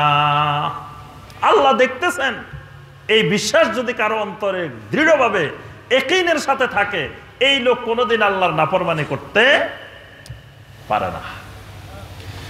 যদি আল্লাহর কোন বান্দা বান্দির ভিতরে এই ইয়াকিন তৈরি হয়, এই দৃঢ় বিশ্বাস তৈরি হয়, আমার আল্লাহ আমারে দেখতেছেন, আমার আল্লাহর কাছে কবরে গেলে জবাব দিতে হবে, আমার আল্লাহর কাছে হাসরের ময়দানে, কিয়ামতের ময়দানে জবাব দিতে হবে। আল্লাহর এই বান্দা কোনোদিন হারাম উপার্জন করতে পারে না। পারে? কি বলেন, পারে? মনে হয় যদি বিশ্বাস করে যে আমার আল্লাহর কাছে আমার জবাবদিহি করতে হবে, আমার আল্লাহ দেখতেছেন, এই লোক অফিসে গিয়ে কোন রকমের ঘোষের লেনদেন, ঘোষের কাজ কারবার করতে পারে না। আল্লাহর এই বান্দা সুদ খাইতে পারে না। আল্লাহর এই বান্দা কোন ধরনের জুয়ার সাথে সংশ্লিষ্ট হইতে পারে না। আল্লাহর এই বান্দা কোন রকমের হারাম উপার্জনের রাস্তায় চলতে পারে না। কারণ হারাম উপার্জনের দ্বারা যে শরীর গঠিত হয়, এই শরীর জাহান্নামের খোরাক। সে যতই নামাজি হোক, যতই ইবাদত বন্দেগীকারী হোক, কিন্তু হারাম রিজিক দ্বারা যদি শরীরের গোশত তৈরি হয়, এই গোশত জান্নাতে যাবে না, জাহান্নামে যাবে। আর হারাম ভক্ষণকারীর কোন ইবাদত আল্লাহ রাব্বুল আলামিন কবুল করেন না। ইন্নাল্লাহা তাআলা তাইয়্যিবুন লা ইয়াকবালু ইল্লা তাইয়্যিবা। আল্লাহ রাব্বুল আলামিন পুত পবিত্র, আল্লাহ পাক পবিত্র ইবাদত ছাড়া, হালাল ভক্ষণকারীর ইবাদত ছাড়া আল্লাহ পাক আর কারো ইবাদত কবুল করেন না। তাহলে আল্লাহ আমাকে দেখতেছেন, আল্লাহর কাছে আমার হিসাব দিতে হবে। এই নজরদারি, এই মুরাকাবা যদি কারো ভিতরে থাকে, আল্লাহর বান্দা কোনোদিন আল্লাহর নাফরমানি করতে পারে না। আল্লাহর উপরে যদি দৃঢ় বিশ্বাস থাকে, ইয়াকিন যদি তৈরি হয়, লা ইলাহা ইল্লাল্লাহটা যদি ইয়াকিনের সাথে হয়, রাত্রির শেষ ভাগে আল্লাহ রাব্বুল আলামিন প্রথম আকাশে নেমে এসে ডাকতে থাকেন, হাল মিন তাইবিন ফাতুবা আলাই, হাল মিন মুস্তাগফিরিন ফাগফির লাহু। জমিনে কোনো ইস্তিগফারকারী আছো কিনা, আমি আল্লাহ মাফ করে দিতে আসছি। কোন তওবাকারী আছো কিনা, আমি আল্লাহ তওবা কবুল করতে আসছি। যে আল্লাহর বান্দার ভিতরে ইয়াকিন তৈরি হয়েছে, ওই আল্লাহর বান্দা ওই সময় ঘুমায় থাকতে পারে না। শেষ রাত্রিতে উঠে তাহাজ্জুদের জন্য দাঁড়ায় যায়। কিসের কারণে দাঁড়ায়? ওই ইয়াকিনে তারে দাঁড় করাই দেয়। এই জন্য আল্লাহ পাক কোরআনে কারিমে অনেক জায়গায় ইমানদারের, মুমিনের, ইবাদুর রহমানের বৈশিষ্ট্য বর্ণনা করেছেন। এদের বৈশিষ্ট্য হলো কানু কলিলাম মিনাল লাইলি মা তাহজাউন। এদের বৈশিষ্ট্য হলো রাত্রির বেশিরভাগ এদের পিঠটা বিছানার থেকে আলাদা থাকে, বিছানার সাথে লেগে থাকে না। কিন্তু আমার সম্মানিত ভাই ও বোনেরা, আমাদের লাগতে লাগতে বিছানার সাথে এমন লাগা লাগছে, ফজরের আজান দিলেও পিঠটা বিছানা থেকে আলাদা হয় না। বিছানার সাথে এমন শক্ত করে আটকে গেছে, ফজরের আজান দিলেও এটা আলাদা হয় না। কিন্তু আল্লাহ বলছেন ইমানদার বান্দার বৈশিষ্ট্য হলো ওয়াবিল আসহারি হুম ইস্তাগফিরুন। সাহারির সময় আল্লাহর এই বান্দাগুলো বিছানার থেকে উঠে যায়। ফজরের সময় না, ফজরের আগে উঠে যায়। কিন্তু আমাদের অবস্থা ফজরের আজান দিলে উঠে না। আছে না? আপনাদের দেশে আলহামদুলিল্লাহ সব উঠে যায়। ফজরের জামাতে মসজিদ ভরপুর হয়ে যায় নাকি? এশার জামাতে যা হয়, মাগরিবের জামাতে যা হয়, আসরের জামাতে যা হয়, জোহরের জামাতে যা হয়, ফজরের সময় ওই পরিমাণ হয় না। অনেক মসজিদ আছে শুধু ইমাম সাহেব আর মুয়াজ্জিন সাহেব দুইজন, তৃতীয় কোনো মুসল্লি নেই। আমি ইন্ডিয়াতে আগরতলাতে একটা মসজিদ দেখছি, ইমামও একজন, মুয়াজ্জিনও একজন, মানে একই ব্যক্তি আজানও দেন, ইমামতিও করেন, কোনো মুসল্লিও নাই, কেউ নাই, মুয়াজ্জিনও নাই তার। তিনি নিজে আজান দেন, নিজে ইমামতি করেন। আমরা একদিন মাগরিবের সময় যাই, দেখি উনি আজান দিয়ে নিজে নিজে নামাজ পড়ে মসজিদে উনি বের হয়ে চলে যাচ্ছেন। তা আমি জিজ্ঞেস করলাম কি ভাই জামাত হয়ে গেছে? আজানও হয়েছে, জামাতও হয়েছে, সব শেষ করে তালা মেরে চলে যাচ্ছি। তো মুসল্লি কই? ইমামও আমি, মুয়াজ্জিনও আমি, মুসল্লিও আমি, একজনেই সব। ফজরের সময় বাংলাদেশে দেখেন অধিকাংশ মসজিদে কি করুণ দুর্দশা, অধিকাংশ মানে সব মসজিদেই। এমন মসজিদও আছে শুধু ইমাম সাহেব আর মুয়াজ্জিন সাহেব ছাড়া আর মুসল্লি নেই। অনেক মসজিদ আছে ইমাম সাহেব আর মুয়াজ্জিন সাহেব চুক্তি করে নিছে, একজন আসমু, দুইজন আসমু না, এরকম মসজিদও আছে। হয় ইমাম সাহেব আসবো, না হয় মুয়াজ্জিন সাহেব আসবে, দুইজন আসবে না। এইরকম কঠিন দুর্দশা কেন কেন এরকম হয়েছে? অথচ ইমানদাররা ওয়াবিল আসহারি হুম ইস্তাগফিরুন, ফজর তো দূরের কথা, তারা ফজরের অনেক আগে উঠে যায়। সাহাবায়ে কেরামের যুগে তাহাজ্জুদের সময়, সাহারির সময় প্রত্যেক ঘরের ভিতর থেকে তেলাওয়াতের আওয়াজ, ক্রন্দনের আওয়াজ শোনা যেত। প্রত্যেক সাহাবায়ে কেরামের ঘরের ভিতর থেকে কিয়ামুল লাইলের তেলাওয়াতের আওয়াজ শোনা যেত, ক্রন্দনের আওয়াজ শোনা যেত, আল্লাহর কাছে ইস্তিগফারের আওয়াজ শোনা যেত। সেই পরিবেশ গেল কোথায়? মুমিনের সেই সোনালী যুগ কোথায় গেল? এই যাওয়ার পিছনে মূল কারণ ঈমানের ইয়াকিন যেটা ছিল, ইয়াকিন তো হারিয়ে গেছে, ইয়াকিন নাই। লা ইলাহা ইল্লাল্লাহ বলার সময় ইয়াকিনের সাথে বলা হয় নাই। আমার সম্মানিত ভাই ও বোনেরা, অত্যন্ত আফসোসের সাথে বলতে হয়, আমার মুরব্বী যারা আছেন তারা নিজেরাই দেখেছেন, আমরাও ছোটবেলায় দেখেছি। আমাদের আম্মারা, আমাদের নানিরা, আমাদের দাদিরা যখন ঘর থেকে বের হইতেন প্রথমে বোরকা পরতেন, বোরকা পরার পরে মাথায় একটা ছাতা নিতেন, বোরকাও পরতেন, বোরকার পরে একটা ছাতাও নিতেন। রাস্তা দিয়ে দিনের বেলায় যাইতে সাহস করতেন না, মাগরিবের পরে বাহির হইতেন।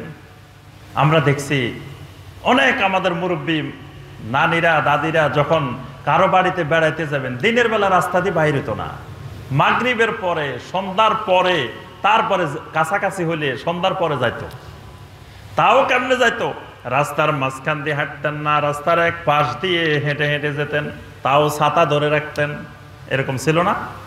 আপনারা দেখেন নাই মনে হয়, মুরব্বীরাও দেখেন নাই। রিক্সার মধ্যে উঠলে, রিক্সায় উঠার পরে কাপড় দিয়ে রিক্সা বেঁধে রাখা হইতো। এই দৃশ্য দেখছেন? বেশি দিন আগের না, আমরা আমাদের মাদেরকে দেখছি যে রিক্সার মধ্যে উঠার পরে কাপড় দিয়ে রিক্সা আবার বেঁধে দেওয়া হয়েছে। এই হঠাৎ করে অল্প দিনের ভিতরে এই কাপড়, রিক্সার কাপড়ও চলে গেল, ছাতাও চলে গেল, বোরকাও চলে গেল, সব উধাও হয়ে গেছে। সব উধাও হয়ে উঠতে উঠতে অল্প বসনে অল্প কাপড়ের মধ্যে চলে আসছে। এখন যে যত কাপড় বেশি খুলতে পারে, কম পরিধান করতে পারে, সেই তত আধুনিক মনে করে। যেই মহিলা যত কাপড় কম পরতে পারে সেই তত নিজেকে আধুনিক সভ্য জানোয়ার দাবি করে। কি বলেন?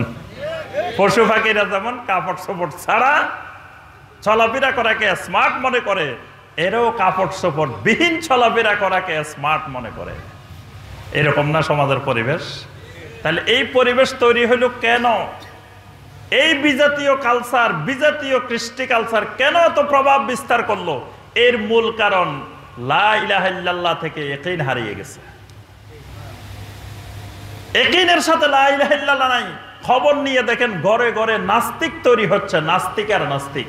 পর্দা তো পরে, অনেক জায়গায় গেলে কয় হুজুর একটু পর্দার ওয়াজ করেন। আমি কই পর্দার ওয়াজ আগে না, ইমানের ওয়াজ আগে। ইমান ঠিক হইলে, ইমান এমন এক জিনিস, এটাই তারে বাধ্য করবে পর্দা করতে। ভিতরে যদি ইমান না থাকে তারে জোর করে উপরে দিয়ে পর্দা পরানো যাবে না।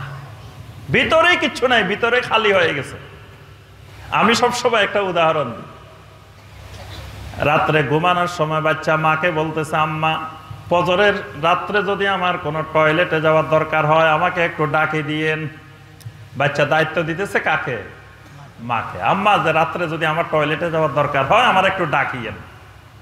মা বলতেছে, বাবা টয়লেটে যাওয়ার দরকার হইলে তোমারে আমি ডাকা লাগবে না, তোমার টয়লেটে তোমারে রাত্রে জাগ্রত করে ফেলবে, তোমাকে তুলে ফেলবে।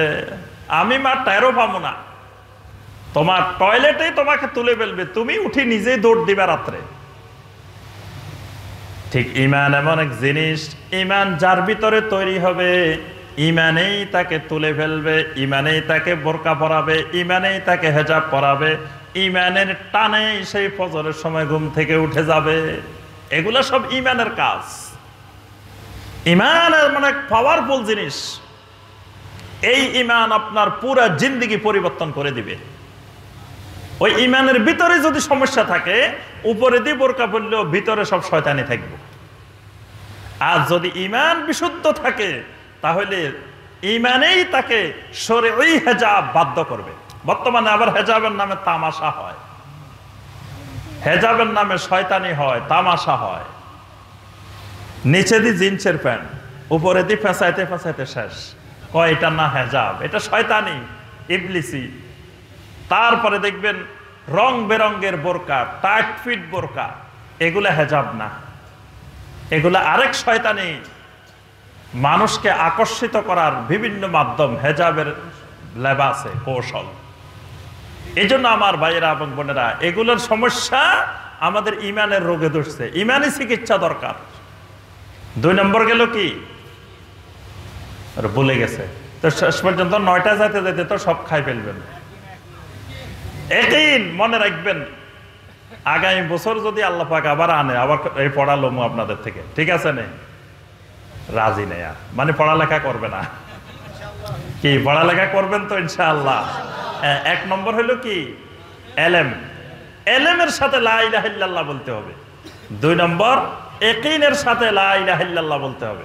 3 নম্বরে আসেন, 3 নম্বর হলো আল কবুল। 3 নম্বর হলো আল কবুল, কবুল করতে হবে, কবুলের সাথে লা ইলাহা ইল্লাল্লাহ বলতে হবে, কবুলের সাথে লা ইলাহা ইল্লাল্লাহ। কবুলের সাথে কি রকম? এখানে তো অধিকাংশ বিয়ে করছেন না? কি করছেন নাকি? শর্মে কয় না, বিয়ে করছেন তো?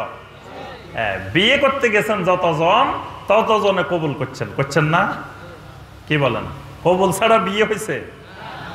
যখনই বিয়ের আগদের অনুষ্ঠানে গেছেন, তখন যিনি বিয়ের অনুষ্ঠান, যিনি বিয়ে পরিচালনা করেছেন, তিনি এক পক্ষ থেকে ইজাব করছেন, প্রস্তাব করছেন, আর আপনি বলছেন কি আলহামদুলিল্লাহ আমি কবুল করলাম, বলছেন না? লা ইলাহা ইল্লাল্লাহ বলার আগে, বলার সাথে সাথে একটা শর্ত প্রযোজ্য, সেটা হলো কোরআন এবং সুন্নাহ, আল্লাহ এবং আল্লাহ রাসূল যা বলছেন সব কবুল করতে হবে। সব কবুল করেন নাই, কোন যে না কিছু মানবো না, কিছু কবুল করছি কিছু কবুল করি নাই, এইরকম লা ইলাহা ইল্লাল্লাহ যদি সারা জিন্দেগিও বলেন, ঈমান আসবে না। এটা 3 নম্বর শর্ত, কবুল। কবুল আরবি হইলো, এটা বাংলা, এটা সবাই বুঝে। আল্লাহ পাক সূরা আন-নাসার 65 নম্বর আয়াতে বলছেন, ফালা ওয়া রাব্বিকা লা ইউমিনুন হাত্তা ইউহাক্কিমুকা ফীমা শাজারা বাইনাহুম সুম্মা লা ইয়াজিদু ফি আনফুসিহিম হারাজাম মিম্মা কাদাইতা ওয়া ইউসাল্লিমু তাসলিমা।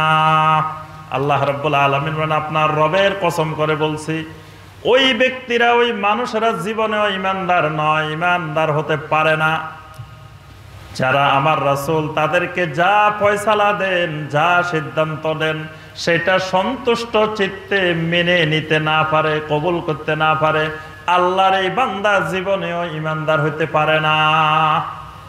আল্লাহ রাসূল ফয়সালা দিয়েছেন মানে কোরআনে কারীম রাসূলের মাধ্যমে আসছে, নবী সাল্লাল্লাহু আলাইহি ওয়াসাল্লামের সমস্ত সহিহ হাদিস রাসূলের মাধ্যমে আসছে, যা এসেছে সব কিছুকে বলতে হবে কবুল করলাম, মেনে নিলাম। যদি বলেন 99টা মানছি, একটা মানি না, শেষ, লা ইলাহা ইল্লাল্লাহ শেষ। বর্তমানে আমাদের অবস্থা হলো সব মানি না। আল্লাহ পাক কোরআনে কারিমে অসংখ্যবার এই কথাটা শিখাইছেন, কুলু আমান্না বিল্লাহি ওয়া মা উনজিলা ইলাইনা, তোমরা বলো আমরা ওই আল্লাহর উপরে ঈমান আনলাম, আল্লাহ যা নাজিল করছেন সব কিছুর উপরে ঈমান আনলাম, সব কিছুর উপরে। ইয়া আইয়ুহাল্লাযীনা আমানু দুখুলু ফিস সিলমি কাফা, ও ঈমানদারেরা, ইসলামে যখন আসছো অর্ধেক বাহিরে অর্ধেক ভিতরে আসিও না, পুরোপুরি আসো। আল্লাহ বলতেছেন যে কিছু বাইরে কিছু ভিতরে থাকলে এই লোক ঈমানদার না, আসলে পুরোপুরি আসতে হবে। তাহলে কোরআন এবং সহিহ হাদিসে যা আছে সব কি করতে হবে? কবুল করতে হবে, মানতে হবে, স্বীকার করতে হবে। কিন্তু আমরা কি সব স্বীকার করছি? দেখা যায় কয়েকটা স্বীকার করছি, কই ঠিক আছে, এগুলো যেটা আমার স্বার্থের পরিপন্থী সেটা স্বীকারও করি না, কবুলও করি না, মানিও না। দেখা যায় সব মানতে রাজি আছি, দাঁড়ি রাখতে রাজি নেই। কি বলেন, আসেনি এরকম? কি ব্যাপার ভাই, দাঁড়ি রাখেন না কেন? দাঁড়ি রাখতে আপনার ভাবি মানা করছে, ভাবিয়ে মানা করছে। ভাবি মানা করার কে? আল্লাহর হুকুম পালনের ক্ষেত্রে যদি কোনো মা বাবাও নিষেধ করে, আল্লাহ রাব্বুল আলামিন বলছেন ফালা তুতিহুমা, খবরদার মা বাবার কথা শুনিও না। মা বাবার কথা না শোনা ফরজ। সব জায়গায় মা বাবার কথা শোনা ফরজ না, মা বাবার কথা মাঝে মাঝে না শোনাও ফরজ। কোনগুলা না শোনা ফরজ? মা বাবা যদি এমন নির্দেশ দেন, এমন অর্ডার করেন যেটা কোরআনের পরিপন্থী, সুন্নাহর পরিপন্থী, আল্লাহর কথার পরিপন্থী, রাসূলের কথার পরিপন্থী, সেটা মানা যাবে না। তাহলে যেখানে মা বাবারটা মানা যাবে না, সুতরাং স্ত্রী যদি কোরআন সুন্নাহর খেলাফ কথা কয় মানা যাবে? তাহলে আমার রাসূল বলতেছেন ওয়াফুল লিহা, দাড়িগুলোকে ছেড়ে দাও। স্ত্রীকে খবরদার এটারে বাড়তে দিও না। কারটা মানবেন? রাসূলেরটা না স্ত্রীরটা?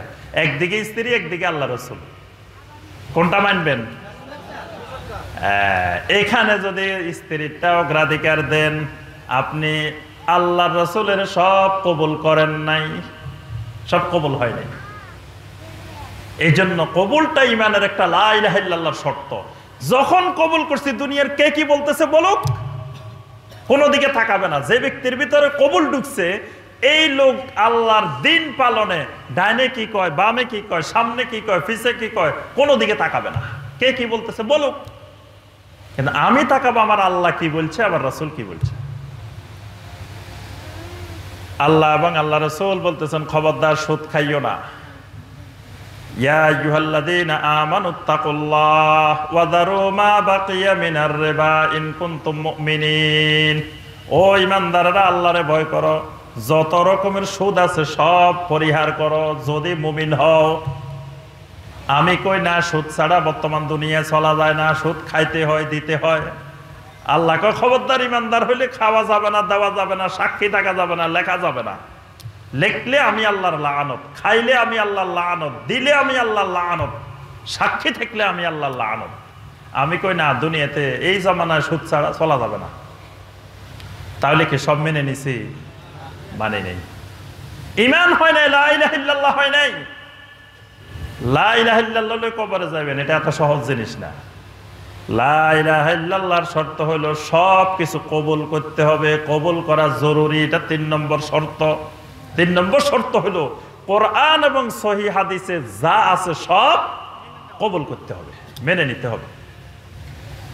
4 নম্বর শর্ত হলো আল ইনকিয়াদ। ইনকিয়াদ মানে পরিপূর্ণ আত্মসমর্পণ, নিজের গলার মধ্যে কয়েদ লাগাই নেওয়া। কয়েদ লাগাই নেওয়া না, রশি লাগাই নেওয়া। কিসের রশি? লা ইলাহা ইল্লাল্লাহ বলার সাথে সাথে আমি আর স্বাধীন নাই, আমার স্বাধীনতা শেষ, আমি জমিনে এখন আর স্বাধীন না। আমার গলার মধ্যে কয়েদ লাগানো আছে, রশি লাগানো আছে। আল্লাহ পাক এই কথাটা কোরআনে কারিমে সুন্দর করে বলছেন, ওয়ামা কানা লিমুমিনিন ওয়ালা মুমিনাতিন ইযা কাদাল্লাহু ওয়া রাসূলুহু আমরান আইয়াকুনা লাহুমুল খিয়ারাতু মিন আমরিহিম। আল্লাহ এবং আল্লাহ রাসূল কোন সিদ্ধান্ত দেওয়ার পরে কোন মুমিন পুরুষ, কোন মুমিন নারীর ইখতিয়ার নাই আইয়াকুনা লাহুমুল খিয়ারাতু মিন আমরিহিম, এটা মানবে কি মানবে না, এটা গ্রহণ করবে কি করবে না, এই ইখতিয়ার কোন মুমিনের নাই। কোন মুমিন পুরুষেরও নাই, নারীরও নাই। এটার নাম ইনকিয়াদ। লা ইলাহা ইল্লাল্লাহ বলার সাথে সাথে এই ইনকিয়াদ চলে আসবে আপনার উপরে, যে আমি আর এখন নিজের ইচ্ছা মতো স্বাধীন মতো কিছু করতে পারি না। আমার মনে অনেক কিছু চায়, আমার মনে চায় মদ খাই, মদ খাইতে চায় মনে, যে চায় না, ওরে সবাই কয় না, মানে অনেকের মনে চায়। কি মনে চায়? চায়, চাওয়াটাই স্বাভাবিক।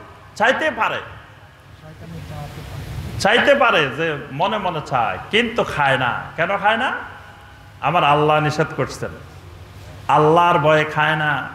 কয় হুজুর এত সোজা, আমরা এত গালি দিই, হুজুর একটা গালিও দিতে জানে না। আমি কই হুজুর এত সোজা মনে করিও না, তুমি গালি 10টা জানলে হুজুরে 50টা জানে। হুজুরেও গালি দিতে পারে, কিন্তু হুজুরে গালি দে না। কেন দে না? হুজুরে আল্লাহরে ভয় করে। আল্লাহর ভয়ে ওই ইমাম সাহেব, ওই আলেম গালি দেয় না, কিন্তু গালি দিতে পারে ইচ্ছা করলে। পারে না? মদ ইচ্ছা করলে সে খাইতে পারে, তার খাইতে মন চায়, কিন্তু খায় না।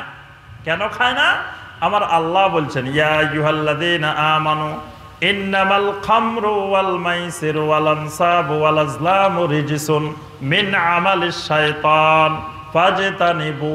ও ঈমানদার, মদ হলো রিজসুন নাপাক, মিন আমালিশ শাইতান শয়তানের কাজ, খবরদার ফাজতানিবু ছেড়ে দাও, এই জন্য খাই না।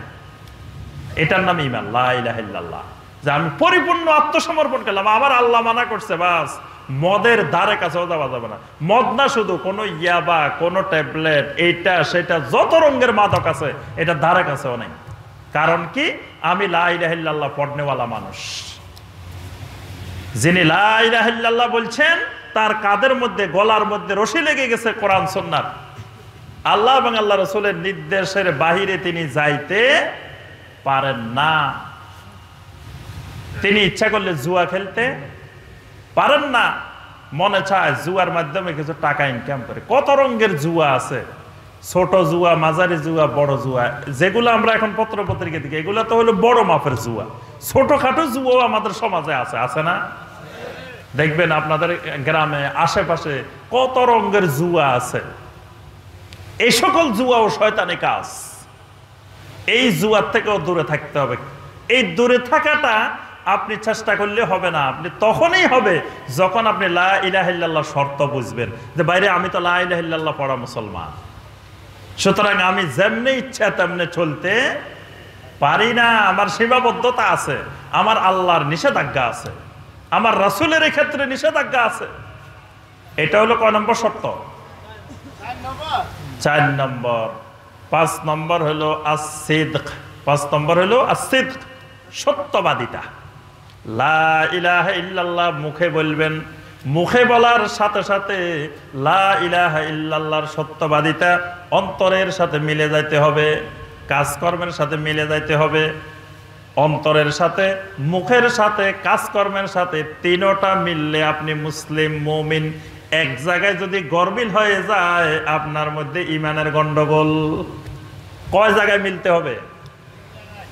ওরে আমার কথা মনে হয় ভাইয়েরা বুঝতেছেন না। কথাটা একটু কঠিন কথাগুলা, কিন্তু কথাগুলোর সহজ করার চেষ্টা করতেছি যাতে আপনারা বুঝতে পারেন। এগুলো বোঝাটা জরুরি, কঠিন হইলেও বুঝতে হবে। কারণ ইমান ছাড়া কেউ কবরে যাওয়া যাবে না। কি বলেন? সব হারাই রেখে যেতে পারি, ইমান রেখে যেতে পারি না। ইমান নিয়েই যেতে হবে কবরে। কি বলেন? ছেলেরে, ছাত্ররে রাত 11টা পর্যন্ত পড়া রেখেছে, কয় পড়া এটা পড়ি, আজকে ঘুমাইতে হইব, এর আগে ঘুমাইতে পারবি না। বলি না আমরা মাঝে মাঝে? আপনাদেরকে এরকম শিখেই ছাড়তে হবে, শিখানো ছাড়া বাড়ি যেতে দেওয়া যাবে না। কারণ যে কোনো মুহূর্তে মালাকুল মউত চলে আসবে, কবরে যাইতে হবে। ঈমান না নিয়ে কবরে যাওয়া যাবে না, ঈমান নিয়ে যাইতে হবে। এই জন্য ঈমান শিখতেই হবে। এজন্য আপনি যে কষ্ট করি হলেও ঈমানি ক্লাসগুলোতে বেশি বেশি যাবেন, ঈমানি কোচিং করবেন, কারণ ঈমান নিয়েই যেতে হবে কবরে। 5 নম্বরে লা ইলাহা ইল্লাল্লাহর শর্ত হলো সিদক, সত্যবাদিতা থাকতে হবে। সত্যবাদিতা, সত্যবাদিতা কয় জায়গায় বলেন? 3 জায়গায়। কয় জায়গায়? as-sidqu fil aqwal, as-sidqu fil qalb, as-sidqu fil a'mal।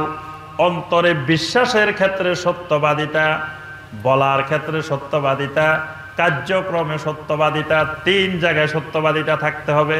তাহলে বোঝা যাবে এই ব্যক্তির ভিতরে লা ইলাহা ইল্লাল্লাহ ঢুকছে। যদি সত্যবাদিতা না থাকে, মুখে কইতেছেন লা ইলাহা ইল্লাল্লাহ, কাজেও কইতেছেন লা ইলাহা ইল্লাল্লাহর রেজাল্ট দেখাইতেছেন, নামাজ পড়তেছেন, রোজা রাখতেছেন, হজ করতেছেন, যাকাত দিতেছেন, কিন্তু অন্তরে লা ইলাহা ইল্লাল্লাহর বিশ্বাস নাই। আপনি কি সত্যবাদী না মিথ্যাবাদী? সূরা আল মুনাফিকুনের 1 নম্বর আয়াত, ইযা জাআকাল মুনাফিকুনা ক্বালু নাশহাদু ইন্নাকা লারাসূলুল্লাহ ওয়াল্লাহু ইয়ালামু ইন্নাকা লারাসূলুহু ওয়াল্লাহু ইয়াশহাদু ইন্নাল মুনাফিকিনা লাকাযিবুন। আল্লাহ পাক বলেন, মুনাফিকরা যখন আপনার কাছে আসে বলে নাশহাদু ইন্নাকা লারাসূলুল্লাহ, আমরা সাক্ষী দিচ্ছি অবশ্যই আপনি আল্লাহ রাসূল। আল্লাহ বলেন, ও মুনাফিকরা তোমরা সাক্ষী দেওয়া দরকার নাই। ওয়াল্লাহু ইয়ালামু ইন্নাকা লারাসূলু, যে আল্লাহ তাকে রাসূল বানাইছেন ওই আল্লাহ ভালো করে জানেন উনি রাসূল। তোমরা মুনাফিকের সাক্ষী দরকার নাই, তবে আমি আল্লাহ একটা সাক্ষী দিচ্ছি, ওয়াল্লাহু ইয়াশহাদু ইন্নাল মুনাফিকিনা লাকাযিবুন। মুনাফিকরা মিথ্যাবাদী, মুনাফিকরা মহা মিথ্যাবাদী, আল্লাহ সাক্ষ্য দিতেছে। তাহলে মুনাফিকদেরকে আল্লাহ মিথ্যাবাদী বলছেন কেন? এদের কথার সাথে, এদের কাজের সাথে, এদের অন্তরের সাথে মিল নাই, এক জায়গায় গরমিল হয়ে গেছে। আচ্ছা, অনেকের আছে অন্তরের মিল আছে, অন্তরে বিশ্বাস আছে, মুখে স্বীকার করে না। তাও মিথ্যাবাদী। যেমন আবু তালেব, আবু তালেবে অন্তরের দিক থেকে জানে ইসলাম হক, মুহাম্মদ রাসূলুল্লাহ সাল্লাল্লাহু আলাইহি ওয়াসাল্লাম হক, সব জানে অন্তরে অন্তরে। আল্লাহ রাসূল বলেন, চাচারে অন্তরে যা আছে এটা একটু মুখে প্রকাশ করে দেন, আপনি মরার সময় একটু লা ইলাহা ইল্লাল্লাহটা বলেন। চাচা কয়, না রে বাতিজা, আমি বলতে পারবো না, বলতে শরম লাগে, বলা যাবে না। কেন? আনা আলা মিল্লাতে আব্দুল মুত্তালিব, আমি আমার বাবা আব্দুল মুত্তালিবের মিল্লাতের উপরে আছি, আমি লা ইলাহা ইল্লাল্লাহ বলবো না। বাস, লা ইলাহা ইল্লাল্লাহ মুখে বলতে পারে নাই, অন্তরে কিন্তু আছে। কিন্তু ইমানদার হয়েছে? হয় নাই, কাম হয় নাই। এই জন্য লা ইলাহা ইল্লাল্লাহ মুখে যেমন বলতে হবে, অন্তরেও থাকতে হবে, কাজেও থাকতে হবে, সব জায়গায় লা ইলাহা ইল্লাল্লাহ থাকতে হবে। যদি এক জায়গায় লা ইলাহা ইল্লাল্লাহ না থাকে, সত্যবাদিতা না থাকে, তাহলে আপনার ইমান নাই। বুঝতে হবে ইমানের সমস্যা। যেমন কোন লোক ব্যবসা বাণিজ্য করে, খালি মিথ্যা কয়, আছে না? আল্লাহর কসম জিনিস এটা এত টাকা কিনা, ভাই এটা 500 টাকার কিনা, এর কমে আমি বেচতে পারবো না। তো কাস্টমারও জানে এই যে মিথ্যা কয়, কাস্টমারকে 400 টাকার বেশি 1 টাকাও দেবো না, পারলে দাও। আর এই আল্লাহর কসম 500 টাকা না আমার কিনা, ভাই লস হইব, লস হইব, ভাই 500 টাকা কিনা। হে কয় তোমার লস আর লাভ বুঝি না, 400 টাকা।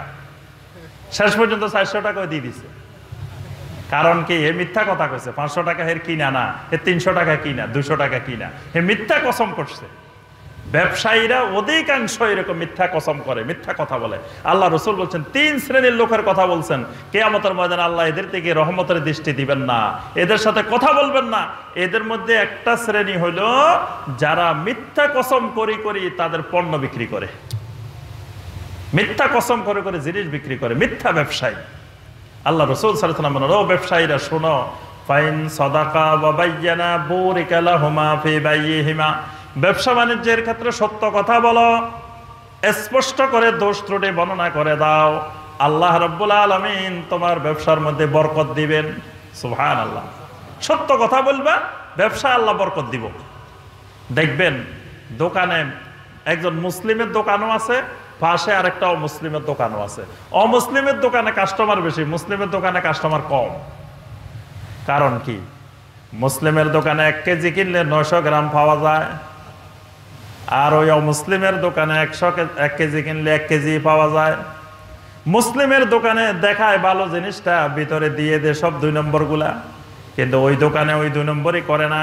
আল্লাহর সুন্নত হলো মুসলিম ও মুসলিম নয়, যে আল্লাহর সুন্নত আল্লাহর নিয়ম রীতি পালন করে আল্লাহ তার ব্যবসায় বরকত দিয়ে দেন। এজন্য ওই বেটার ব্যবসা দিন দিন উন্নতি হইতেছে, আর এই বেটার ব্যবসা দিন দিন শেষ। কারণ কি? ওই ব্যক্তির ব্যবসার মধ্যে সত্যবাদিতা আছে। এই ব্যক্তির ব্যবসায় মুসলমান কিন্তু সত্যবাদিতা নাই। এজন্য ঈমানে সত্যবাদী, কথায় সত্যবাদী, কাজে সত্যবাদী, এটা লা ইলাহা ইল্লাল্লাহর শর্ত। এজন্য একজন মুমিন তার কাজে প্রমাণ করবে তার ভিতরে লা ইলাহা ইল্লাল্লাহ আছে। লা ইলাহা ইল্লাল্লাহ একটা গাছের মতো, কালেমাতিন তাইয়্যিবাতিন কাশাজারাতিন তাইয়্যিবাহ। আল্লাহ পাক বলেন লা ইলাহা ইল্লাল্লাহটা হলো একটা পবিত্র গাছের মতো। আসলুহা সাবিতুন ওয়া ফারউহা ফিস সামা, লা ইলাহা ইল্লাল্লাহর শিকড় হলো জমিনে, শাখা প্রশাখা হলো আসমানে। সুবহানাল্লাহ। এটা এমন এক গাছ, এটা শিকড় থাকে জমিনে, ডালপালা থাকে কোথায়? তাহলে আপনি কিন্তু সেই গাছ লাগাইছেন কালবের মধ্যে, আমার আপনার কালবের মধ্যে গাছটা কিন্তু এইরকম গাছ। এই গাছের শিকড় জমিনে, শাখা প্রশাখা কোথায়? আসমানে। আল্লাহু আকবার। ওই গাছ আপনার আমার ভিতরে, কিন্তু দেখা যায় এইরকম গাছ থাকার পরেও আমল আখলাকে জিন্দেগিতে কোনো পরিবর্তন নেই। তার অর্থ হইল গাছ মরে গেছে, গাছের শিকড় কাটে দিছেন, গাছ জিন্দা নাই। কারণ এইরকম গাছ যদি আপনার কালবে থাকতো, ওই গাছের টানে আপনি পরিবর্তন হয়ে যেতেন। তাহলে 5 নম্বর কি? as-sidq, সত্যবাদিতা লাগবে লা ইলাহা ইল্লাল্লাহ বলতে হলে। 6 নম্বর আল ইখলাস, ইখলাস লাগবে। প্রত্যেকটি কথার মধ্যে, কাজের মধ্যে, আমালের মধ্যে ইখলাস থাকতে হবে। এখলাস যত বেশি তার বরকত তত বেশি। সমস্ত বরাকা নির্ভর করে, সমস্ত বরকত নির্ভর করে এখলাসের উপরে। আপনি দেখবেন যেই দায়ী যত বেশি এখলাস পূর্ণ হবে, ওই দায়ীর কথায় মানুষ তত বেশি পরিবর্তন হবে। যার ভিতরে এখলাস কম কিন্তু সুর বেশি, এখলাস কম, অনেক সুন্দর সুন্দর কথা বলতে পারে, তার ওয়াজে মানুষ শুনবে, চোখের পানিও ফেলবে, লাফাবেও, কিন্তু ইমানি কোনো পরিবর্তন আসবে না, কারণ এখলাস নাই। এখলাসের উপরে নির্ভরশীল দাওয়া, এখলাসের উপরে নির্ভরশীল ঈমান, এখলাসের উপরে নির্ভরশীল ইবাদত। কারণ আল্লাহ রাব্বুল আলামিন মানুষের চেহারার দিকে তাকান না। ইন্নাল্লাহা লা ইয়ানজুরু ইলা সুওয়ারিকুম ওয়া আমওয়ালিকুম, আল্লাহ রাব্বুল আলামিন তোমাদের চেহারার দিকে তাকান না, তোমাদের সম্পদের দিকে তাকান না। ওয়ালাকিন ইয়ানজুরু ইলা কুলুবিকুম ওয়া আমালিকুম, আল্লাহ রাব্বুল আলামিন তোমাদের কালবের দিকে তাকান, অন্তরের দিকে তাকান, কালবের দিকে তাকান আল্লাহ পাক। এজন্য কালবের মধ্যে ইখলাস কতটুকু আছে, এই মাপে আল্লাহ পাক সবকিছুর আমালের বরকত সওয়াব আল্লাহ এটার মাপ অনুযায়ী দেন। আপনিও সুবহানাল্লাহ কইবেন, আমিও সুবহানাল্লাহ কইবো, আরেকজনও সুবহানাল্লাহ কইবো। এখানে 100 জনে সুবহানাল্লাহ কইছেন, কিন্তু সব সুবহানাল্লাহর সওয়াব একরকম হয় নাই। আমরা 100 জনের সুবহানাল্লাহ কইছি, কিন্তু 100 জনের সুবহানাল্লাহর সওয়াব একরকম হয় নাই। যার ইখলাস যত বেশি, যার তাকওয়া যত বেশি, তার সুবহানাল্লাহর ফজিলত তত বেশি। সবার সুবহানাল্লাহর ফজিলত সমান না, এটা নির্ভর করে কিসের উপরে? ইখলাসের উপরে। আল্লাহ পাক আল্লাহর নবীদেরকে বলছেন ফা'বুদিল্লাহা মুখলিসান লাহুদ্দিন, ও নবীরা আল্লাহর ইবাদত করো ইখলাসের সাথে। সমস্ত মুমিনদেরকে আল্লাহ পাক বলছেন ওয়ামা উমিরু ইল্লা লিয়াবুদুল্লাহা মুখলিসিনা লাহুদ্দিন, আল্লাহর ইবাদত করো, আল্লাহর গোলামি করো একমাত্র খালেস ভাবে, ইখলাসের সাথে, মুখলিসিনের সাথে। সুতরাং ঈমানের গুরুত্বপূর্ণ একটা শর্ত লা ইলাহা ইল্লাল্লাহর ইখলাস। ইখলাসের সাথে লা ইলাহা ইল্লাল্লাহ বলতে হবে। আর যারা ইখলাসের সাথে লা ইলাহা ইল্লাল্লাহ বলবে, এদেরকে আল্লাহ পাক নাম দিয়েছেন সাদিকিন। এদের নাম কি? সাদিকিন, সত্যবাদী। এদের অন্তরে যে ইখলাস আছে, মুখে লা ইলাহা ইল্লাল্লাহ আছে, দুইটা মিলে গেছে ইখলাসের সাথে। এজন্য আল্লাহ পাক বলেন ইয়া আইয়ুহাল্লাযীনা আমানুত্তাকুল্লাহ ওয়া কুনু মা'আস সাদিকিন, ও ঈমানদাররা সাদিকিন হয়ে যাও, সাদিকিন হয়ে যাও। মুফাসসিরিনে কেরাম বলেন এখানে আল্লাহ রাব্বুল আলামিন নির্দেশ দিচ্ছেন যে হে ঈমানদাররা, তোমরা ঈমানের ক্ষেত্রে, আমালের ক্ষেত্রে সত্যবাদী হয়ে যাও। এই সত্যবাদিতা হলো ইখলাস। কয়টা গেল? বলে গেছেন? ঘুম আসতেছে? 6টা। 7 নম্বর হলো আল মাহাব্বাহ। লা ইলাহা ইল্লাল্লাহ বলার সময় আল্লাহ রাব্বুল আলামিনের সাথে মহব্বত থাকতে হবে। মহব্বতের সাথে লা ইলাহা ইল্লাল্লাহ বলতে হবে। মহব্বত নাই, আল্লাহকে ভালোবাসে না, আল্লাহকে মহব্বত করে না, এমনি লা ইলাহা ইল্লাল্লাহ বলছে, তাহলে এই লা ইলাহা ইল্লাল্লাহ ঈমান হইতে পারে না। কারণ ঈমানদার সবচেয়ে বেশি মহব্বত করে কাকে? সম্মানিত ভাইরা, আমরা আর 15 মিনিটের মধ্যে ইনশাআল্লাহ শেষ করে দিব। আমরা আরেকটু ধৈর্য ধরে বসে ইনশাআল্লাহ এরপরে আলোচনা শেষ। তাহলে মহব্বাহ 7 নম্বর হলো মহব্বত। আল্লাহকে ভালোবাসতে হবে এবং সবচেয়ে বেশি ভালোবাসতে হবে, সবচেয়ে বেশি মহব্বত করতে হবে আল্লাহ রাব্বুল আলামিনকে। আল্লাহ পাক কোরআনে কারীমের মধ্যে বলছেন ওয়াল্লাযীনা আমানু আসাদ্দু হুব্বাল লিল্লাহ, যারা ঈমানদার তারা সবচেয়ে বেশি মহব্বত করে আল্লাহ রাব্বুল আলামিনকে, সবচেয়ে বেশি ভালোবাসে, মহব্বত করে ঈমানদার আল্লাহকে। আর আল্লাহকে কেমনে ভালোবাসে? মহব্বত করার মাধ্যমটা কি? আল্লাহকে যে আমি আপনি ভালোবাসি এটার প্রমাণ কি? সূরা আলে ইমরানের 31 নম্বর আয়াত, কুল ইন কুনতুম তুহিব্বুনাল্লাহা ফাত্তাবিউনি, যদি তোমরা আল্লাহকে মহব্বত করতে চাও, ফাত্তাবিউনি, তাহলে আমার নবীর ইত্তেবা করো, সুন্নতের ইত্তেবা করো। তাহলে যিনি যত বেশি সুন্নতের ইত্তেবা করেন তিনি তত বেশি আল্লাহ সুবহানাহু ওয়া তাআলাকে মহব্বত করেন। যার ভিতরে সুন্নত নাই, সুন্নতের ইত্তেবা নাই, তার ভিতরে আল্লাহর মহব্বত নাই, আল্লাহর ভালোবাসাও নাই। জীবনের সব ক্ষেত্রে সব জায়গায় সুন্নতের ইত্তেবা, সুন্নতের অনুসরণ যত বেশি হবে তত বেশি আল্লাহর মহব্বত হবে। সুন্নত নাই, বুঝতে হবে আল্লাহর মহব্বত নেই। আজকে অনেকে আল্লাহর ওলি দাবি করে, নিজেদেরকে আল্লাহর বন্ধু দাবি করে, কিন্তু তাদের ভিতরে সুন্নত নাই, তাদের আমলের মধ্যে, আখলাকের মধ্যে, আকীদার মধ্যে সুন্নত নাই। এমনি আল্লাহর বন্ধুত্বের দাবিদার। আল্লাহ পাক স্পষ্ট করে জানাই দিয়েছেন, আল্লাহর বন্ধু হইতে হলে, আল্লাহর সাথে সম্পর্ক করতে হলে, মহব্বত করতে হলে সুন্নতের পরিপূর্ণ ইত্তেবা লাগবে। সুন্নতটাই মুজিজা, সুন্নতটাই কারামত। যার ভিতরে সুন্নত যত বেশি, তার ভিতরে কারামত তত বেশি। আমাদের দেশে কারামত মানে মনে করে অস্বাভাবিক কর্মকাণ্ড। কয় অমুক আল্লাহর ওলি পানির উপর দিয়ে হাঁটেই চলে গেছে, পানির উপর দিয়ে হেঁটে চলে গেছে। কে দেখছে? অনেক ভাইয়েরা, অনেক মানুষ দেখছে পানির উপর দিয়ে হাঁটি চলে যাচ্ছে, বাঘের পিঠে চড়ি চলে গেছে আল্লাহর ওলি। আল্লাহর ওলি চোখ বন্ধ করছে, মক্কা থেকে বাংলাদেশে চলে আসছে, তাহাজ্জুদের সময় উঠছে, আফ্রিকা জঙ্গলে চলে গেছে, সকালবেলায় উঠছে, এখান থেকে মদিনা চলে গেছে। এইগুলো হইলো আমাদের দেশের কারামতি। কিন্তু কারামত হলো সুন্নত। এই জন্য ইমাম শাফি রহমতুল্লাহ আলাইহি বলছেন, ইজা রাআইতুমুর রাজুলা ইয়ামশি আলাল মা আও ইয়াতিরু ফিল হাওয়া, যখন কোন মানুষকে দেখবা পানির উপরে হাঁটতেছে, আকাশে দিয়ে উঠতেছে, ফালা তুসাদ্দিকুহু, খবরদার তাকে আল্লাহর ওলি মনে করিও না। এটা শয়তানও পারে, এটা কুফফারও পারে, মুশরিকেরও পারে। এটা আল্লাহর ওলি হওয়ার আলামত না। আল্লাহর ওলি হওয়ার আলামত হাত্তা তা'লামু মুতাবাতা সুন্নাত রাসূলুল্লাহ সাল্লাল্লাহু আলাইহি ওয়াসাল্লাম, যতক্ষণ না তার ভিতরে রাসূলুল্লাহ সাল্লাল্লাহু আলাইহি ওয়াসাল্লামের সুন্নতের ইত্তেবা না দেখবা। সুন্নতের ইত্তেবা যত বেশি, এটাই কারামত। কারণ অস্বাভাবিক ঘটনা তো দাজ্জাল সবচেয়ে বেশি ঘটাইব পৃথিবীতে।